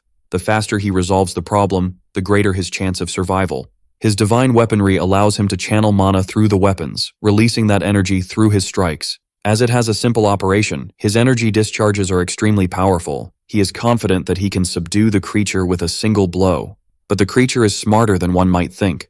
Finally, the knight managed to unleash his most powerful attack, hitting that dangerous monster squarely. But that was not the result he was expecting, for the creature had blocked the attack using the body of another monster. This only complicates the situation even further for him. Since his enemy is completely furious, he needed to return to the safety of the vessel. With the ice completely destroyed, he has nothing to lean on to approach the creature, and now he has to worry about the other monsters in the water that leap onto the vessel, intent on annihilating all humans. That demands all of his attention, unaware that a tentacle was approaching, brutally striking his face. The weapons he possesses were not designed to face multiple opponents. Moreover, he does not have the strategic advantage of the environment. Can he not leave the vessel? He looks outside as the monsters gather. The longer he stays there, the riskier it becomes. However, more impressive than the monsters is the sudden sight of the protagonist emerging from the water. The boy was supposed to have perished a long time ago, and he appeared flying over the shield, defeating a few more monsters. The protagonist saw that the deceiver is in an interesting situation. He just wants to know how the boy managed to stay alive. Even having been deceived, he is willing to help them in that situation. But Razor does not believe that the boy is capable of helping him. That larger creature is a level B monster. There is nothing he can do against that. But the boy has something to show. The closer he gets, the more tentacles there are. But the protagonist is not unprepared. He is still using Caliburn's abilities. The blades manage to intercept all the tentacles. Seeing everything, Razor cannot believe he has perfected the unique ability of his weapon. Those abilities must be difficult to master. Bell warned that he would slice that monster and turn it into fish food. The creature prepares to make a few more shots, launching jets of water at the boy, who was not frightened at all. That attack could end up destroying the vessel entirely. Bell is getting ready to show the creature what he has in store for it, completely changing the formation of the light blades, merging all of them into the original blade. All those swords had fused, creating a lightsaber, capable of firing a concentrated energy beam. The creature's attack collides with the boy's counterattack, but his determination to win is much greater. His attack was able to completely pierce the monster's body. Moreover, it passed over it as the blade sliced through. Finally, the creature had been subdued. It is impossible that the boy was able to achieve such a feat. Returning to the vessel, he confirmed that the next would be Spencer, for he needs to pay for what he did earlier. Definitely that boy will be a problem for Jin, thought his servant. And even after that display of strength, he is determined to eliminate the boy right there. He warned him that a bastard would never defeat a level B paladin. Approaching him, the boy finds it surprising that this paladin still believes in victory. Since he used Spencer for a surprise attack, he is sure that he terrifies him deeply. The two knights observe each other for a moment, until they decide to launch their attack. The clash between their weapons finally occurs. At first, it does not seem that the boy is being pressured, until Razor managed to make the difference in their physical strength more noticeable, successfully pushing the boy away. He believes this will be enough to decide the combat, but the protagonist is already able to use his sword's abilities, sending him one of the light blades. Knowing what they are capable of, he immediately became worried. Being just one blade, it would not be difficult to defend against that attack. It was all just a trap set by the boy to surprise him at his blind spot. Razor is also capable of using abilities from his divine weapon, completely destroying the light blade. Gradually, its image fades away. He believes the boy will never be able to land a hit on his body.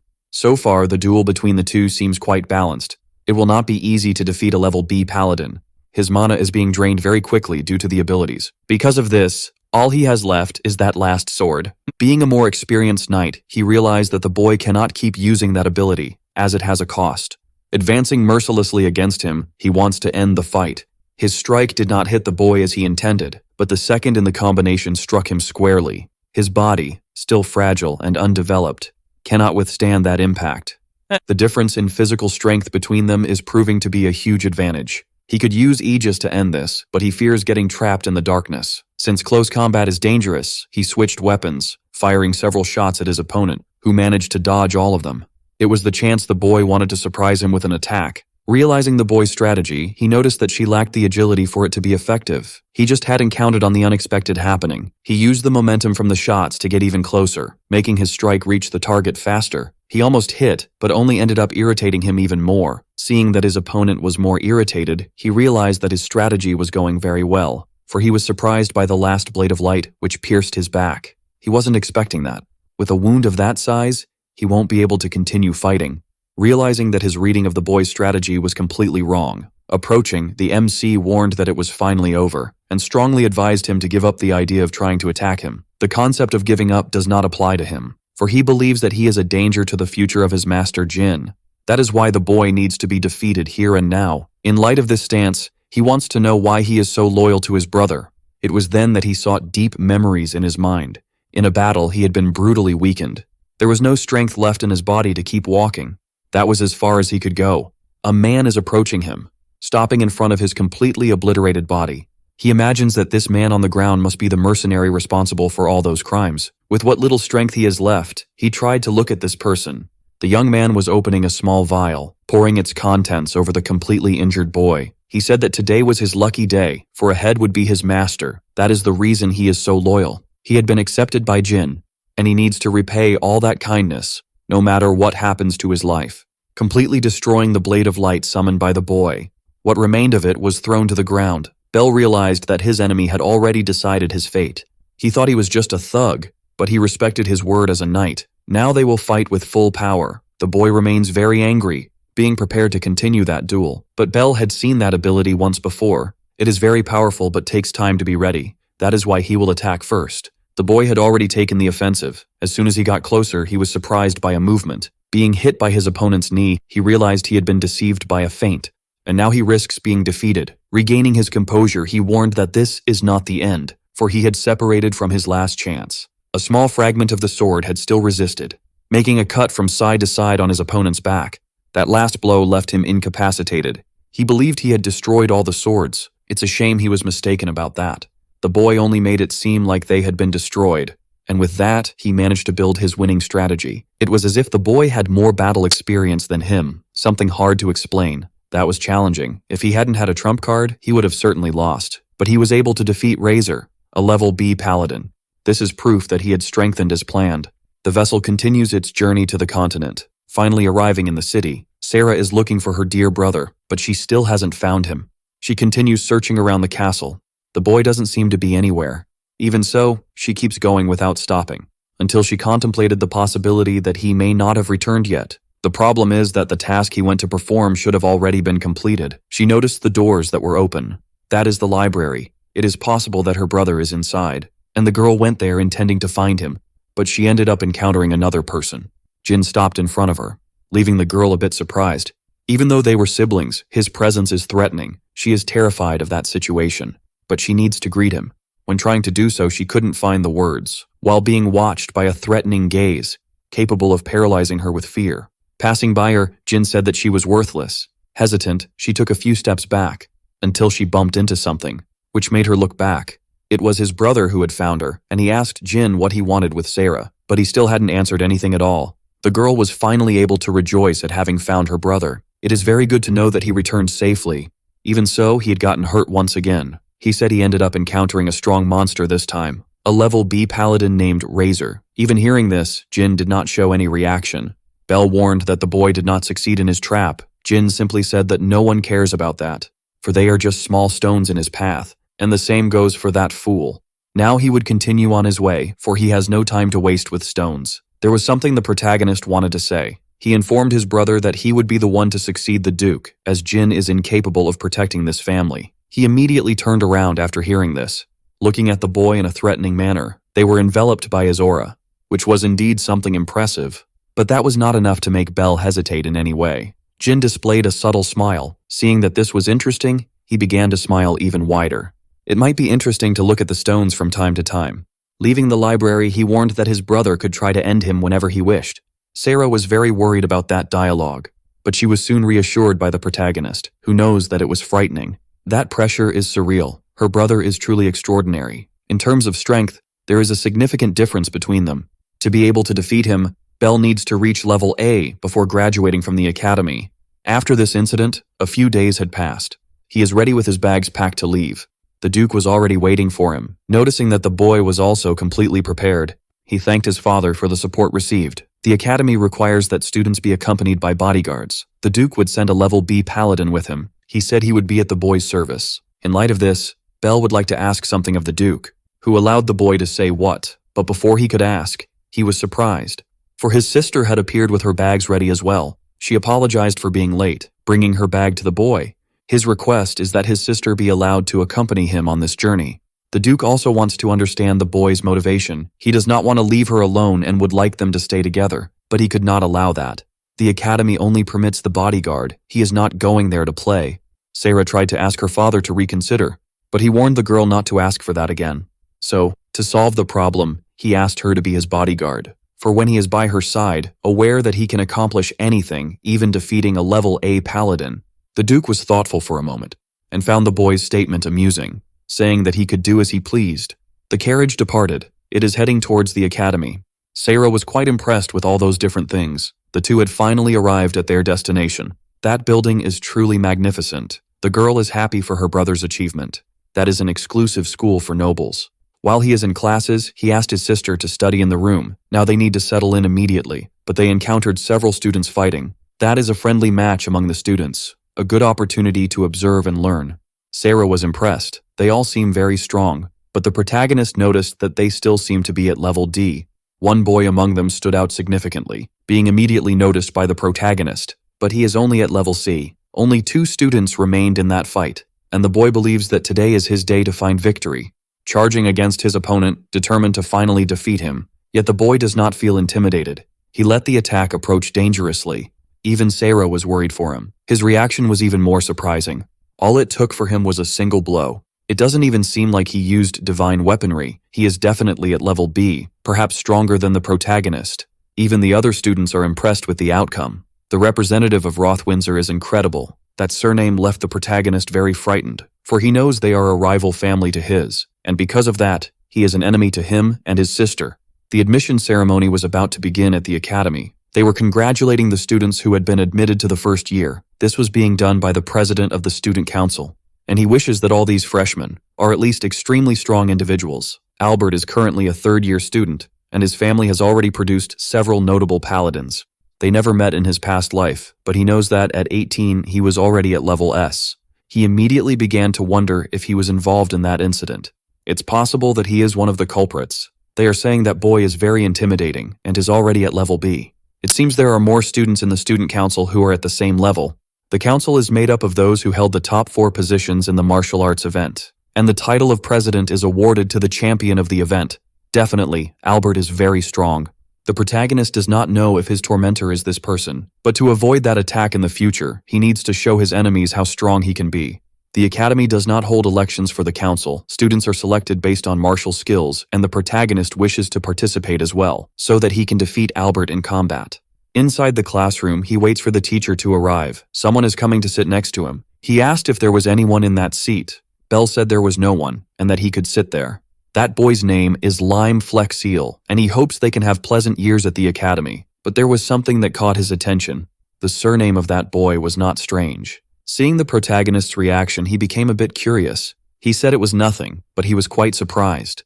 A few years in the future, he will eradicate some nobles due to a personal vendetta, earning the title of the Knight of Retribution. Even though today he is just a fraction of what he will one day become, Lime asked for the protagonist's name. He was about to give the answer, remembering that his father advised him not to reveal which house he belongs to. Many people could help him just because of his surname. This would prevent his purpose at the academy from being fulfilled. He needs to prove his worth through his own effort. The name invented by the protagonist is Libelle Slayer. He will continue to hide his identity until he defeats Albert. Lime, hearing that surname, imagined that he also belonged to the commoner class. The insignia on each of their uniforms shows which class they belong to. Commoners wear a circle, while nobles use a star. Bell confirmed that he is also a commoner, while Lime belongs to a barony of commoners, and in that school there are many who belong to noble families. Commoners are the minority. Knowing they belong to the same class, he hopes they can get along well. It is interesting for the protagonist to befriend a promising knight. Lime could be a great ally. As in his past life, he did not make friends. This turned out to be somewhat pleasant. A boy is approaching them, as he already knows Lime. It seems he came over just to bother him. This is Roger. He did not expect to be in the same class as his friend from his hometown. Everyone knows he is the son of a count and is already at level D. He wants to know why that little boy is there too. He took the admission exam just like everyone else. Roger ended up congratulating him for that, but Lime seemed quite uncomfortable. Approaching, he warned that Athena was not a place for him, as he is just a commoner, so it would be better if he left soon. The boy felt quite uncomfortable, and Roger warned that slaves must obey their masters. He could crush someone of his status using just his words. Bell intervened, stating that that was enough. Lime began to feel anxious for the new friend he had made. Roger also wants to know who this boy is, soon noticing that he is also a commoner, looking at him with all the disdain he possesses. Bell told the boy to get out of there, no matter if he is a commoner or not. Roger decided he would let him go, making a sudden move towards the boy. He had kicked Lime. Bell ended up worrying about his new friend. Roger is enjoying that situation. Bell said he is just a bastard who shouldn't even consider himself a paladin. Because he belongs to the nobility, he should care about commoners. But he said that the poor only exist to be exploited by the nobles. Bell warned that his understanding is very limited. A county can fall as quickly as a commoner. Roger seems like he is going to use magic, asking if the boy wants to fight him. Now he had his divine weapon in hand. Seeing that conflict is inevitable, he asked Lime to step back. He is about to summon his divine armament as well. Roger was quite intrigued by that, while the protagonist warned that he would force a bit of common sense into his head. Seeing that sheath, he began to despise him even more. He must be just a nobody for having such a useless divine armament, unable to crush even a fly. And the protagonist warned that Roger must be less than a fly then. He doesn't like being underestimated by commoners and decided he would put an end to him. The protagonist is eager to see if he is capable of that. The whole class became interested in that fight. Roger charges at him, unaware that he is merely a background character. The protagonist is prepared for the battle, watching very closely the scythe of his opponent. But a mysterious hand had appeared, positioning itself between the two. The music from that woman was able to prevent the conflict. The sound she produced bothered both of them. Then, she said they shouldn't fight, as they are in the same class, and asked them to pay attention to her words. Belle doesn't know who this girl is, but she continues playing her lyre. Introducing herself to them, she said her name is Sylpha. She comes from the Elpage family, which consists of marquises, a rank of nobility higher than Roger's. The teacher entered the room, asking the students to sit down as the class was about to begin. With the first task, she would evaluate her students' abilities. They should use their divine weapons to attack that target as if it were a monster. They should aim at those golems and show her the true power they possess. The first student demonstrates his skills, charging at the target wielding a sword, delivering the first cut. But the target was too tough. He was unable to do anything, just a very superficial cut. Immediately, the structure regenerated, something that was noticed by the protagonist. Several students tried to attack it as well. The teacher realized that most of the students are still at level E, as most of them can barely produce elemental damage. It's Lime's turn to demonstrate his skills. That spear has no magical power. He must be the only one at level F in that evaluation. The boy charges at the target, driving the tips of his spear into its interior. And like some others, he was thrown far away. Roger said he is just a useless person incapable of using magic. The boy begins to get up. Roger was going to show the difference between him and the trash.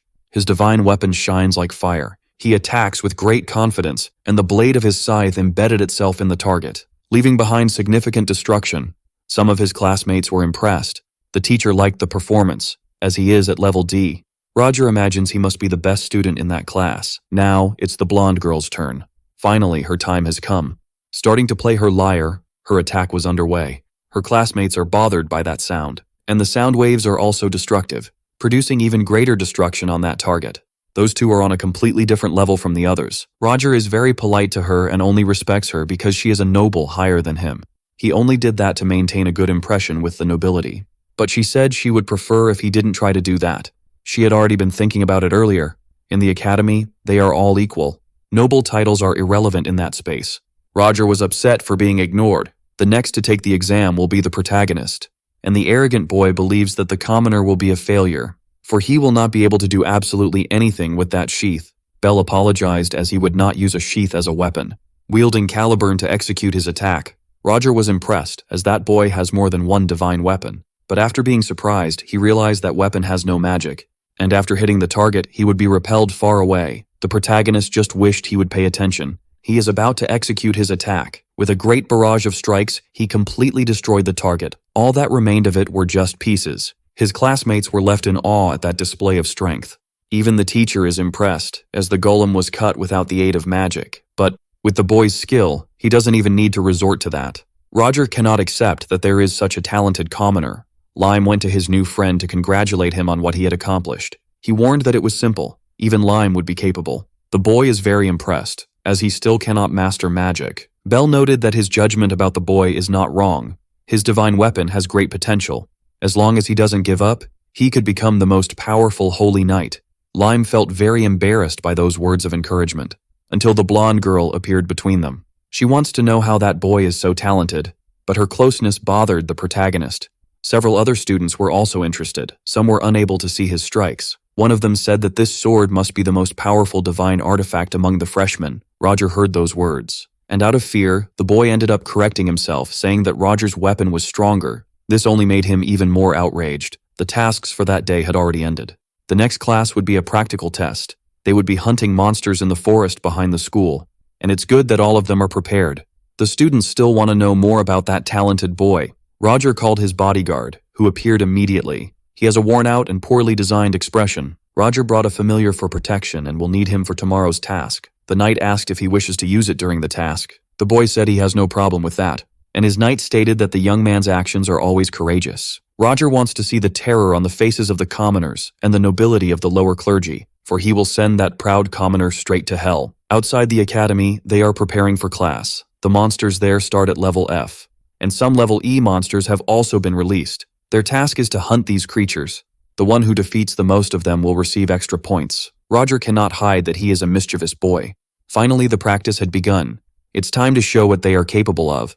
The girl wants to compete with the protagonist to see who can take first place. Little does she know that first place already has an owner. He needs to show his strength to all of them. Lime wished to accompany him, for he still does not have the confidence to fight alone, yet. He allowed her to accompany him, but made it clear that he would not go easy. Running towards the forest, he asked to be followed. It didn't take long for him to encounter several creatures, but they do not pose a true challenge for the protagonist, who was cutting those monsters as if they were pieces of paper. His classmates are also very dedicated. He had already defeated 15 monsters. It's so easy that it doesn't even feel like a warm-up. Lime is quite impressed with her classmates' performance, but they don't have time to chat. One of the creatures had appeared behind the boy, but he ended up being saved by the protagonist. He needs to stay very alert, as the number of creatures is greater than expected. Lime needs to fight against her own fears. Her classmates are managing to progress normally, and the creatures are being defeated. She knows she needs to put in much more effort than this. Hidden in the forest, Roger continues to observe his adversaries. Filled with envy, he believes these commoners are arrogant. That's why he will make them pay. Soon, they will meet the end of their lives. Wielding a staff, he is about to summon something. The protagonist noted the emergence of that magic circle. He was immediately intrigued, for from within it was emerging a creature, a monstrosity capable of dominating fire. That is a dangerous salamander. Its mouth is huge and its teeth extremely sharp. All the students were worried about that appearance. While they flee, the protagonist remains still. Lime cannot believe that such a creature had appeared, and it was already prepared to attack anyone, leaving the boy completely terrified. For the second time, He needed to be saved by the protagonist, who managed to block those flames using his shield. He ordered the boy to flee along with the others. A level B creature was not supposed to have appeared in the forest, but that is irrelevant. It will end up being very fun. Sending his light swords against the creature, they managed to cut through its hard scales. Roger did not imagine that the commoner could use unique abilities. He needs to increase the difficulty. And he called his knight once again, who was ready to carry out all his orders. The creature was surrounded by the light swords. Lime found that incredible. Her classmate is pressuring a powerful creature. The time for it to disappear has come. The light swords are ready to deliver a fatal blow, but the knight would not allow that to happen, sabotaging the boy's attack, and soon realized what had happened. There was another person there in the forest, who began to approach them, claiming that that unique ability is indeed impressive. Assuming he is the master of that creature, he asked what he desires. The knight stated that he would not leave there without the boy's head. The salamander resumed throwing fireballs, while the knight also attacked. The attacks are on a collision course and end up hitting each other, raising a huge cloud of steam. To dissipate that, he used the wind from the shield. But the knight had already gotten ahead, using a water prison to isolate each of those blades.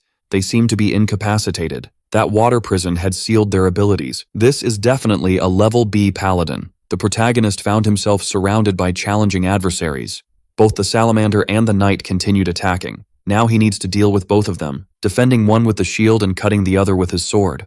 With his current level of power, that is beyond his capabilities. Lime doesn't know what he should do. At this rate, his friend will end up being defeated. He saw Roger in the middle of the forest. His presence is definitely suspicious. That is the staff of his family, used for summoning. He immediately approached Roger, who didn't expect the boy to find him. He asked if that familiar belonged to him. He should stop this now, as the protagonist is in danger. Roger attacked him without thinking twice. He ordered the weak to stay on the ground. It is unfortunate that he is unable to do anything to help someone. He began to remember when he was still training as a child. It was pathetic that he couldn't use magic, and he was humiliated several times by that boy. But things couldn't continue like that, so he stood up. As he remembered the protagonist's words to him, that was the first time someone spoke such encouraging words to him. He won't let his friend die, as he decided he will save him. But Roger doesn't believe that the weak can do anything, because worms are just worms. Lime told him to shut up, and he shouldn't measure his worth without his permission. Roger began to get a little worried. He warned that he wouldn't be defeated just because the boy can use magic from now on. Lime agrees with that statement. The idiot's scythe began to glow as well. He needed to get rid of the trash now, but Lime exuded great confidence. His spear was able to freeze those flames, causing them to disappear completely. A completely unexpected result. The real trash there has red hair. Roger is getting more and more irritated, charging furiously at his classmate, but his spear was much more powerful, being able to block that attack. The weapons clashed and are now intertwined. Roger can't believe that. And Lime knows exactly what he is doing. Simply put, he destroyed the boy's divine weapon, which fell to its knees. He is unable to accept what has happened. It is not possible that he has been defeated by a level F paladin. It is even strange that Lime has always been afraid of that poor boy, because now he feels absolutely nothing. He ordered him to hand over the summoning staff. Roger asked if he knew what he was doing. He comes from a large county and could destroy the boy's entire family, but it seems he still hasn't understood the reality of that situation. Lime tried to cooperate with the boy while freezing his legs, once again ordering him to hand over the staff. With his underwear completely obliterated, he agreed to hand over the item, only asking to be spared as he wouldn't do anything cruel again. He had been completely defeated and humiliated. The staff had now changed hands. Lime warned Roger to stay away from him and his friend, or things could get complicated. He ended up relaxing a bit, while Roger thought of ways to act. The chain of his weapon was still within his reach, and soon the other end of it began to glow. A stealth attack was underway. Roger believed he would defeat that boy, but Lime was completely aware of that, blocking that mediocre attack. It is truly regrettable that he decided to act this way. The summoning staff was on the ground, being completely destroyed by the boy, leaving Roger speechless. He can't believe that item had been destroyed. Gradually, the salamander begins to disappear, a very unexpected result for that night, immediately realizing that something had happened to his master. From afar, he could see that he had been subdued. Then he turned his attention to that other peasant, but he couldn't do that so easily, since he doesn't have time to be distracted. The true author of those actions had been discovered. It seems he wanted to end the protagonist. It's a shame it happened this way. In a fair fight, that knight would never be able to defeat him. All he can do is curse the boy, firing several times at him, missing all the shots. His situation just got even more complicated. That knight, even though he is at level B, is at the end of the line. The protagonist struck his head with the hilt of the sword. The gap between their abilities is too great. Bell warned that he would turn him into the teacher, so he needs to use his last resort. Immediately prostrating himself, he begged for mercy. That was so sudden that the protagonist was surprised. The knight said he was just following his master's orders. Disobeying a noble is really not an easy task. That was what the knight desired, to catch the boy off guard. Finally receiving forgiveness for his actions. He thanks, but thinks of deceiving him. Only then did the boy warn that he was just playing with him. Lime went to his friend, wanting to know if he was hurt. The protagonist knows that it was Lime's help that prevented the worst from happening. The boy was just returning the favor. That touch of hands established the friendship between them. Other students also appeared there, thanking for the help. It is impressive that he defeated a B-level knight, but that is not all that had happened. That knight is one of Roger's allies. The fire salamander is directly related to them. And for what he had done, Lime began to be cheered by his classmates. It seems that, in the end, he really was very strong. Humbly, Lime thanks those compliments. As expected from the knight he will become one day. Someone was watching all of this from afar. The blonde girl seems to have liked what she saw. Understanding how that boy's divine weapon works, the task was finally completed, and Roger will be punished for his actions. The girl was waiting for them at the end of the hallway. She has something to say to the protagonist. Looking at her, he remembered that her name is Silpha. He asked what she wanted. She already knows that this is Avalon, the name of his divine weapon. That immediately surprised him. She also knows that this is the sacred weapon of the heroes of the past. He does not know how that girl knows Avalon. From the protagonist's facial expression, she is completely right. She is the first person to know the nature of this divine weapon. Her objective is very simple. She puts her hands together in front of him, and bowing, she politely asks to see that weapon. She has always admired this weaponry, the weapon of heroes, which is why she would like to see it. Since it is a simple request, he showed the sheath to her. She was quite impressed. She did not imagine it would be something real. The protagonist wants to know how she knew about this item, saying that there is a legend in her mother's family about a hero who possessed a sheath with various weapons. It is possible that one of the ancestors is from her family. Lime still does not understand the whole story, but he knows that his friend's divine weapon must be incredible. The girl was very grateful, as one of her dreams had come true. As a return, she invited the MC to that innocent meeting. Lime liked this idea a lot, and the protagonist thought it would be interesting to get to know the city. He agreed to this, but said he would take someone with him. The young people are inside the cafeteria. Sarah loved the taste of that strawberry pie. Belle is very happy that her sister is also enjoying it. The girl did not imagine that the protagonist had such a beautiful sister. Seeing that she is having fun is even more pleasant for the protagonist. He is also having a lot of fun. In his past life, he did not have experiences like this. The blonde girl asked for everyone's attention. She was going to play a song for all of them. It would be interesting to hear a song played by a divine weapon. The girl began to play her lyre, but the sound was simply dreadful. Her musical proficiency is terrible. The girl knows she plays very badly. She did this just to entertain her friends. Other people also found it very fun and asked her to keep playing. Pointing at Lime, she said he should sing too. The two were entertaining everyone inside the cafeteria. That ended up becoming a very fun performance. Those two are his first true friends in his entire life. Outside, they are commenting that it had been quite fun. The girl would like to take Sarah to buy some clothes. He would not let his sister be alone, but his friend said that this is a girl's matter. The protagonist was quite disappointed. He just asked to be informed if anything happened, and the girl realized that he is an excellent brother. Sarah wants to know if she also has siblings. A little saddened, she said she does not have any. Apparently someone was looking for Silpha. That person is named Evelyn. He is one of the students from the student council. This is an unusual introduction for half-siblings. She should have been more polite, but she does not see him as a brother. The boy went there to make her train, because her divine weapon, if perfected, will one day be useful to him. The girl had already warned that she is not interested in participating in wars. Rolling up his sleeves, he said it is very problematic that she has this attitude. It seems he will have to drag her by force. A little blood began to seep from the palm of his hand, until the liquid started to gush intensely. Sarah was very scared by that scene, and the boy was manipulating it as he pleased. A divine weapon that uses blood. She called for Mary, her bodyguard, but the boy had already taken control of that situation. Looking back, she realized that her bodyguard had been defeated. This makes the situation problematic. Her brother said they needed to leave now, and she asked Sarah to run away, as things could get dangerous. She needed to draw her weapon to defend herself, but she was unable to handle that attack. The young man realized that if she called for help, things would get problematic, so he needed to resolve this immediately. Sarah is about to be attacked, but she ended up being saved by her brother's friend. Silpha fell to the ground, very weakened. It was foolish of her to do that, but now she wouldn't be able to resist him, who used his ability to capture her, lifting her body off the ground. Sarah is still quite terrified, and the blonde girl had lost consciousness. The cause of this was her brother. Desperate, Sarah called for the protagonist's help. He quickly approached the scene, cutting the tentacles of that boy, who did not expect this kind of intervention. The blonde girl had been rescued. Witnessing that left Sarah quite relieved. The protagonist wants to know what this boy wants with his friend. The pleasant moment they were having had been destroyed. That mysterious boy asked if the protagonist is one of his sister's friends. Not that it was important, but it's better if he doesn't get involved in family matters. The protagonist asked Lime to take care of the girls, as he has a face to smash now. But the young man is surprised by that attitude. He warned that there is no merit in defending that girl. Using his sword to cut those attacks is very easy, which left the young man quite impressed. Helping a friend is something completely natural. Delivering an attack against him, the young man protected himself with a shield, warning that it was a waste of time. That blood shield is really impressive. It seems that his sword won't work against this. He can't waste his mana in that fight. The young man was already prepared to attack, but the protagonist managed to dodge it. Recognizing that the protagonist is very annoying, he warned that he would finish everything soon, unleashing several attacks against him, a rather predictable attack. Then the boy wielded the fire spitter.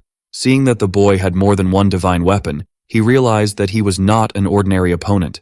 It was the protagonist's turn to fire now. Managing to stop all the attacks coming his way, it seems they are at an impasse. Seeing that he intercepted his attacks only makes that fight even more complicated. But he is determined to capture his sister, producing a spear made of blood. That move will be the last. The protagonist confirmed that it really would be. Both attacked each other with everything they had. Some people on the roof said this is quite interesting. Looking up, they noticed the arrival of those people. One of them, upon falling to the ground, destroyed the stones of the sidewalk. He had landed between the two, demonstrating his strength. He would like to join that fight as well. The protagonist knows he belongs to the student council, while the blue-haired boy wants to know what Zeal is doing there. He warned that he is being too rough with the kids. The girl said that behavior is quite embarrassing, as he is a big weakling. Seeing his two friends, he decided to stop his attacks. But Zeal would like the fight to last a little longer. Making his whole body shine, he said it was good that they went all out. His entire body was covered in armor. Besides being large, he has a powerful presence. The girl asked the muscular one to do his job. While summoning several chains, this was necessary to prevent him from taking drastic actions. They did not come there to continue a fight. Seeing that magical power, the protagonist realized that she is also very strong. Zeal managed to break the chains without much effort. He said that Eveline has responsibilities with the student council, alongside Albert. Because of that, he will spend a month on an expedition in the forest. The task starts immediately. He realized he had no other choice to make. Leaving there, he warned that he would get his sister in a month. The girl said goodbye to the rookie weakling. It is a relief that they have all left. The student council members are all monsters. Looking back, he checked if his friends were okay. She said she wasn't hurt and apologized for involving him in that. But the protagonist said it wasn't necessary. He just wants to know why she and her brother are fighting. The reason for this is that he wants to use her. As he is the next heir, when he finishes his graduation, he will try to expand his own territory by attacking unexplored regions.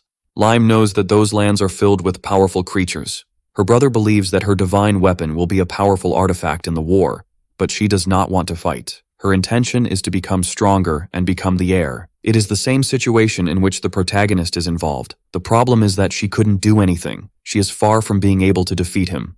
Sarah said that this is not true, as that girl was able to protect her. It seems that this brought her a glimmer of hope. Sarah is quite grateful for what happened. Even the protagonist wishes to express his gratitude, and he went to the girl to do so. Being able to save a person is what makes them strong. In the past, he couldn't. He said she should have confidence, for if she lacks strength, she can train. Lime said he would help her too. At first, she doesn't even know what to say, but she is very grateful for her new friends. The protagonist knows that last attack could have been fatal. In a month, he will return, so Belle needs to get stronger. To do this, he needs to unlock his unique ability. He needs the permission of the predecessors to acquire new skills and must return to that space. Closing his eyes, he began to concentrate, channeling his mana through the sheath. He was welcomed by all the other predecessors. It has been a while since they last saw each other. The boy has a request to make, but they already know what it is, for they saw everything that happened in the last battle. That artifact was a bit problematic. That boy can shape things freely. It resembles Avalon itself quite a bit. They fall into a brief silence. The comedian warned that if he burns that blood, everything will be resolved. And the boy thinks exactly the same way. That's why he wants his unique ability, something the comedian agreed to do without hesitation, just to show that it had been a joke. He really enjoys being a comedian. Charlotte said he should stop with that kind of joke. But this is much stronger than him. It's cool to be funny, and that ability consumes a lot of magical power. If he used it now, he would soon be completely exhausted. But he has a condition for that. Before the rematch, he should make 300 shots per day. That way, he will consider the ability for the boy. The problem is that this is unattainable. All he can do are 100 shots in a single day. But the comedian doesn't want to hear excuses, and as soon as he manages to do that, he must return. After speaking, he snapped his fingers. The boy was sent back to his body. Recognizing that, besides being funny, the comedian is a bit wicked, he soon realized that to use the ability, he would need to triple his current magical power. The problem is that this might not be possible. The predecessors agree that this is an impossible challenge. There is no way for the boy to increase his magical power that much, but he is interested in seeing the boy's progress. For if he cannot get stronger, he will not be able to win. The protagonist went to the forest. There, he began to make his shots, defeating some creatures. That is not so difficult to do, but the workload is really exhausting. The only way to increase his magical power is by hunting creatures. So he will hunt everything he can find. His friends are impressed with the strength he possesses.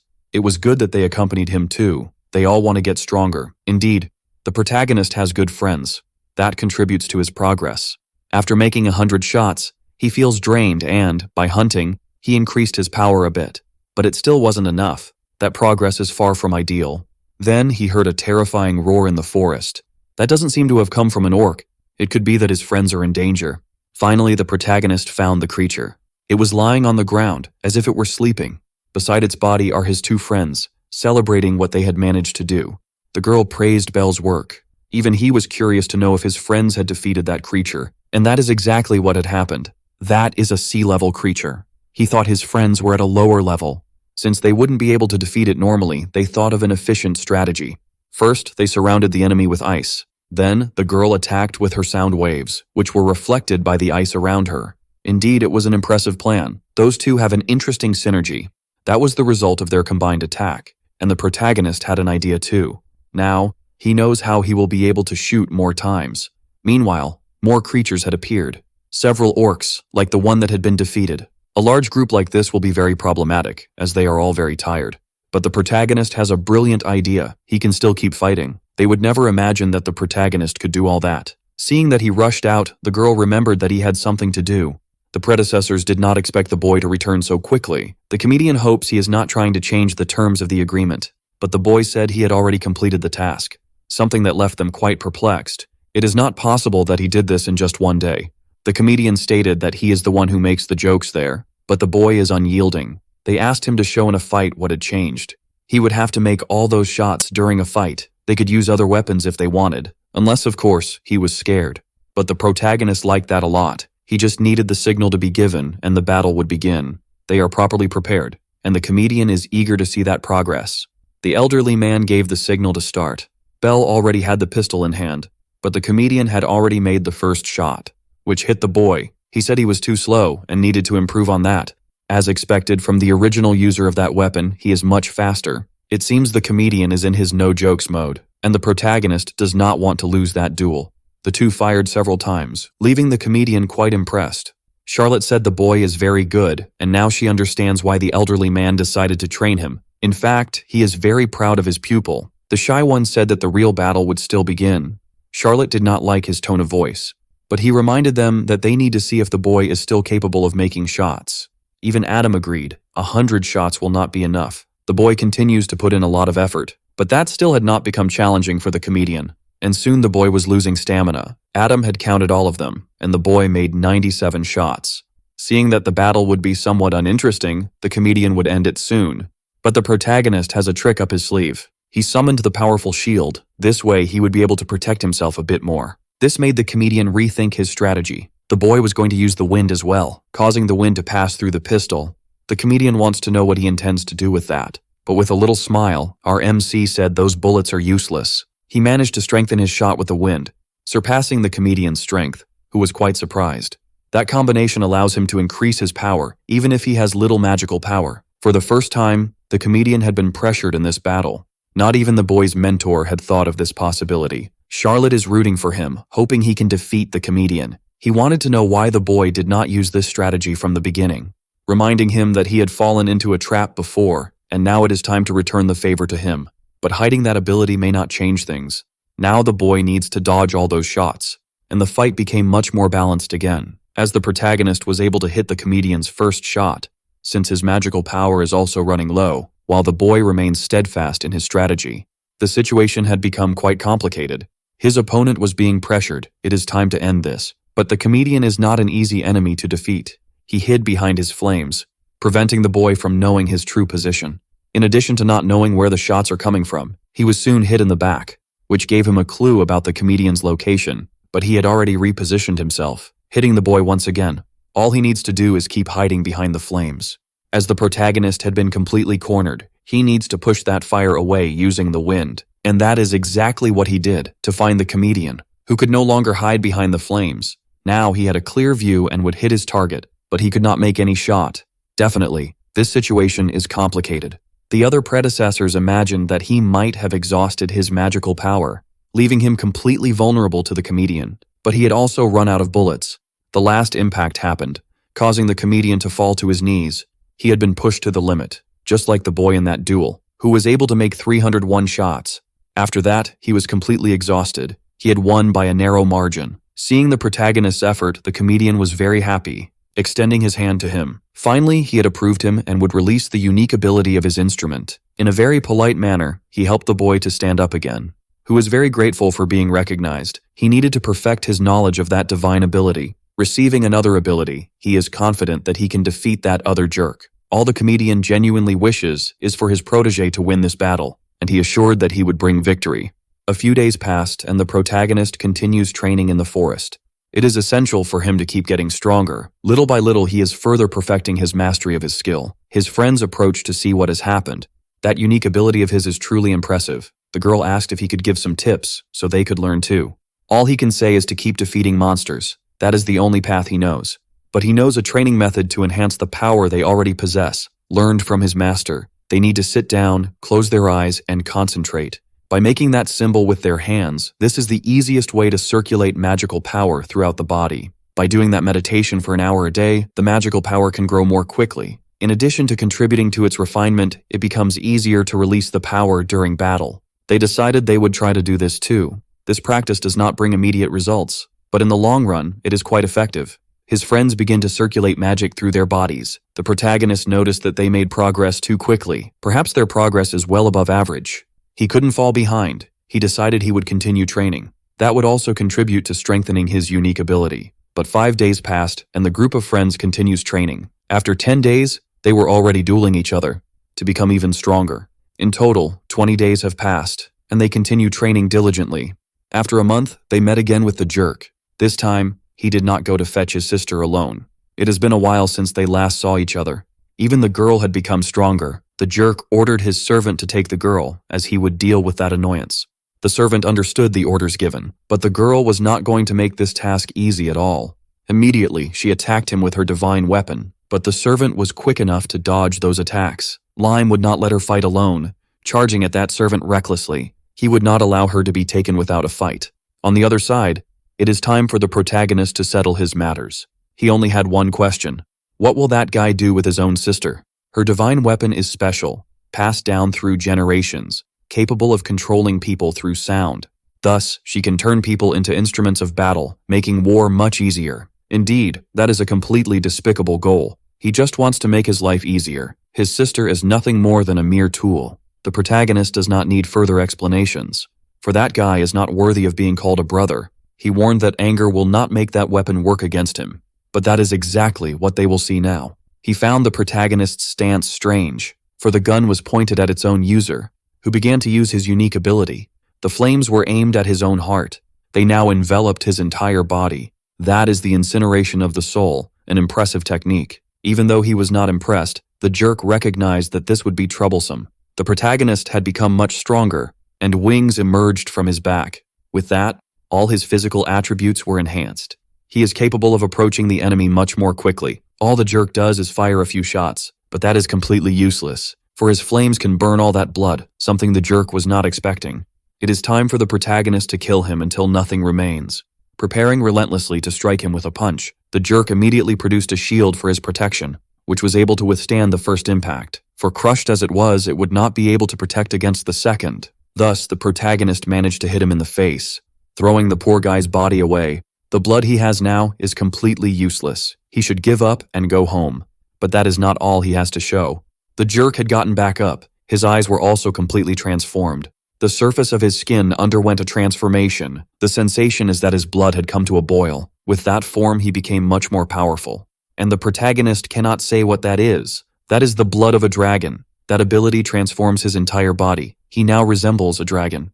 He warned the protagonist that he should feel proud of this and regret it at the same time. His sharp claws are already prepared, for he would feel all his fury now. Bell pays close attention to his advance. With his enhanced abilities, he was able to dodge that.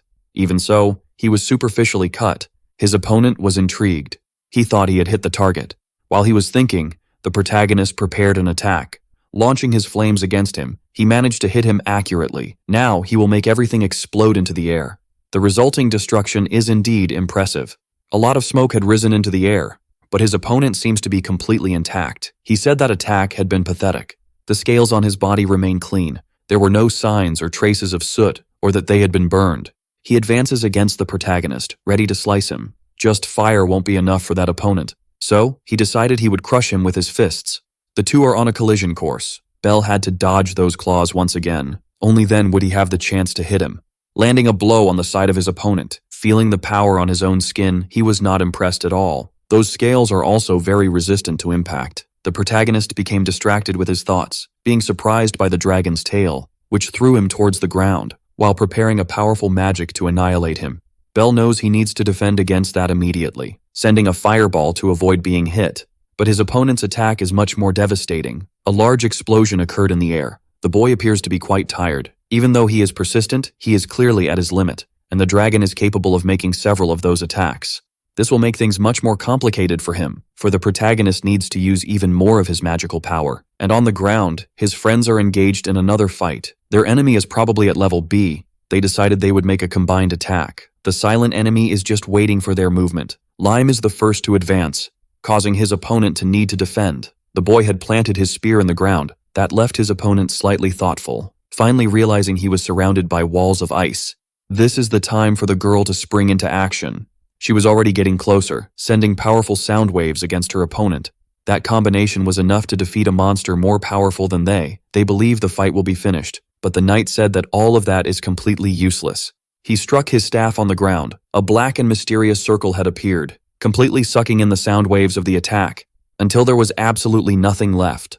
An unexpected result for the boys. Still with his staff resting on the ground, he prepared an attack capable of annihilating them. The black portal had grown larger, releasing the sound waves that had been absorbed. Thanks to his absorption, those attacks are completely useless. The girl is still thinking about what had happened. The knight apologized to her, but he needs to take her, as he had received orders from his master. Lime would not let that happen.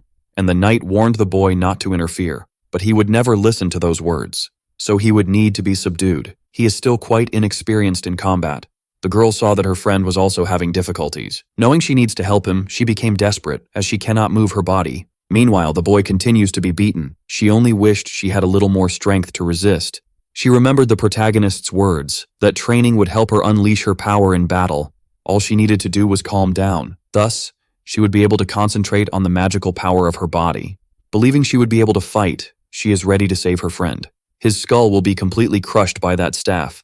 But the sound waves flew through the air. Lime managed to react in time.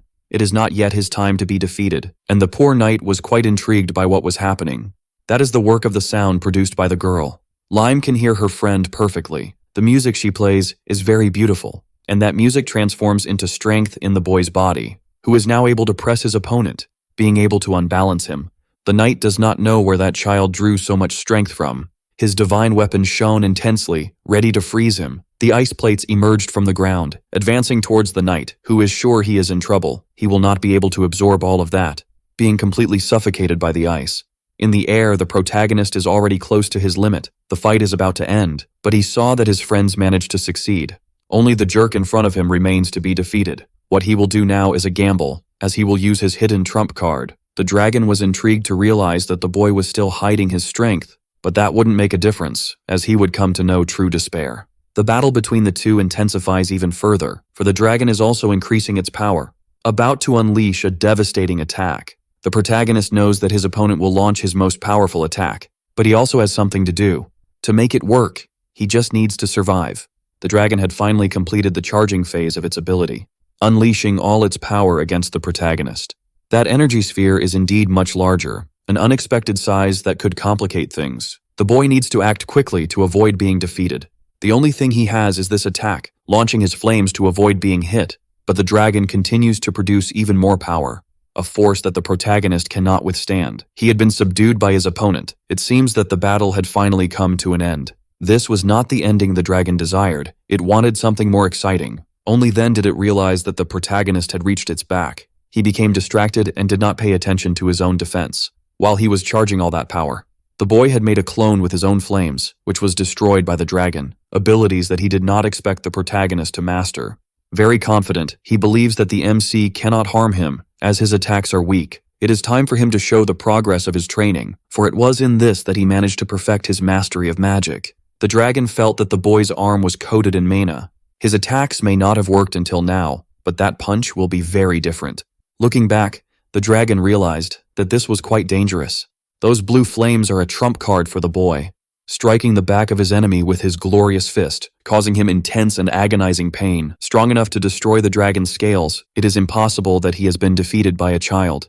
After a while, he managed to open his eyes. His body was completely immobilized by ice. He and his servant had been defeated. The dragon imagined he would be bothered by the children, but since he was defeated, it does not trouble him. There is something the girl wants to say to him. She will not let him start a war, she will not be his tool, and it is good that he has understood that. Unexpectedly, it seems he agreed. He would do exactly as the girl asked.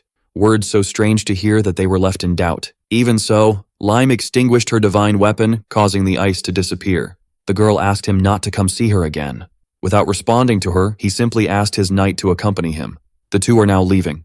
That battle had been exhausting for everyone, and it is impressive that the protagonist was able to defeat a member of the student council. He said it was by a narrow margin.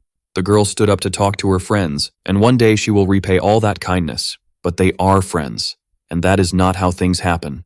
Hearing this, she made sure to clarify. They are best friends. Words that made the protagonist very happy. After this battle, they may be in the sights of the other members of the student council, so he needs to become even stronger, especially in relation to Albert. For he does not want another tragedy to repeat itself. He will become the strongest in that school and show everyone his power. Eventually, he will defeat his brother and become the head of the family. This time, he will surely be able to protect his sister.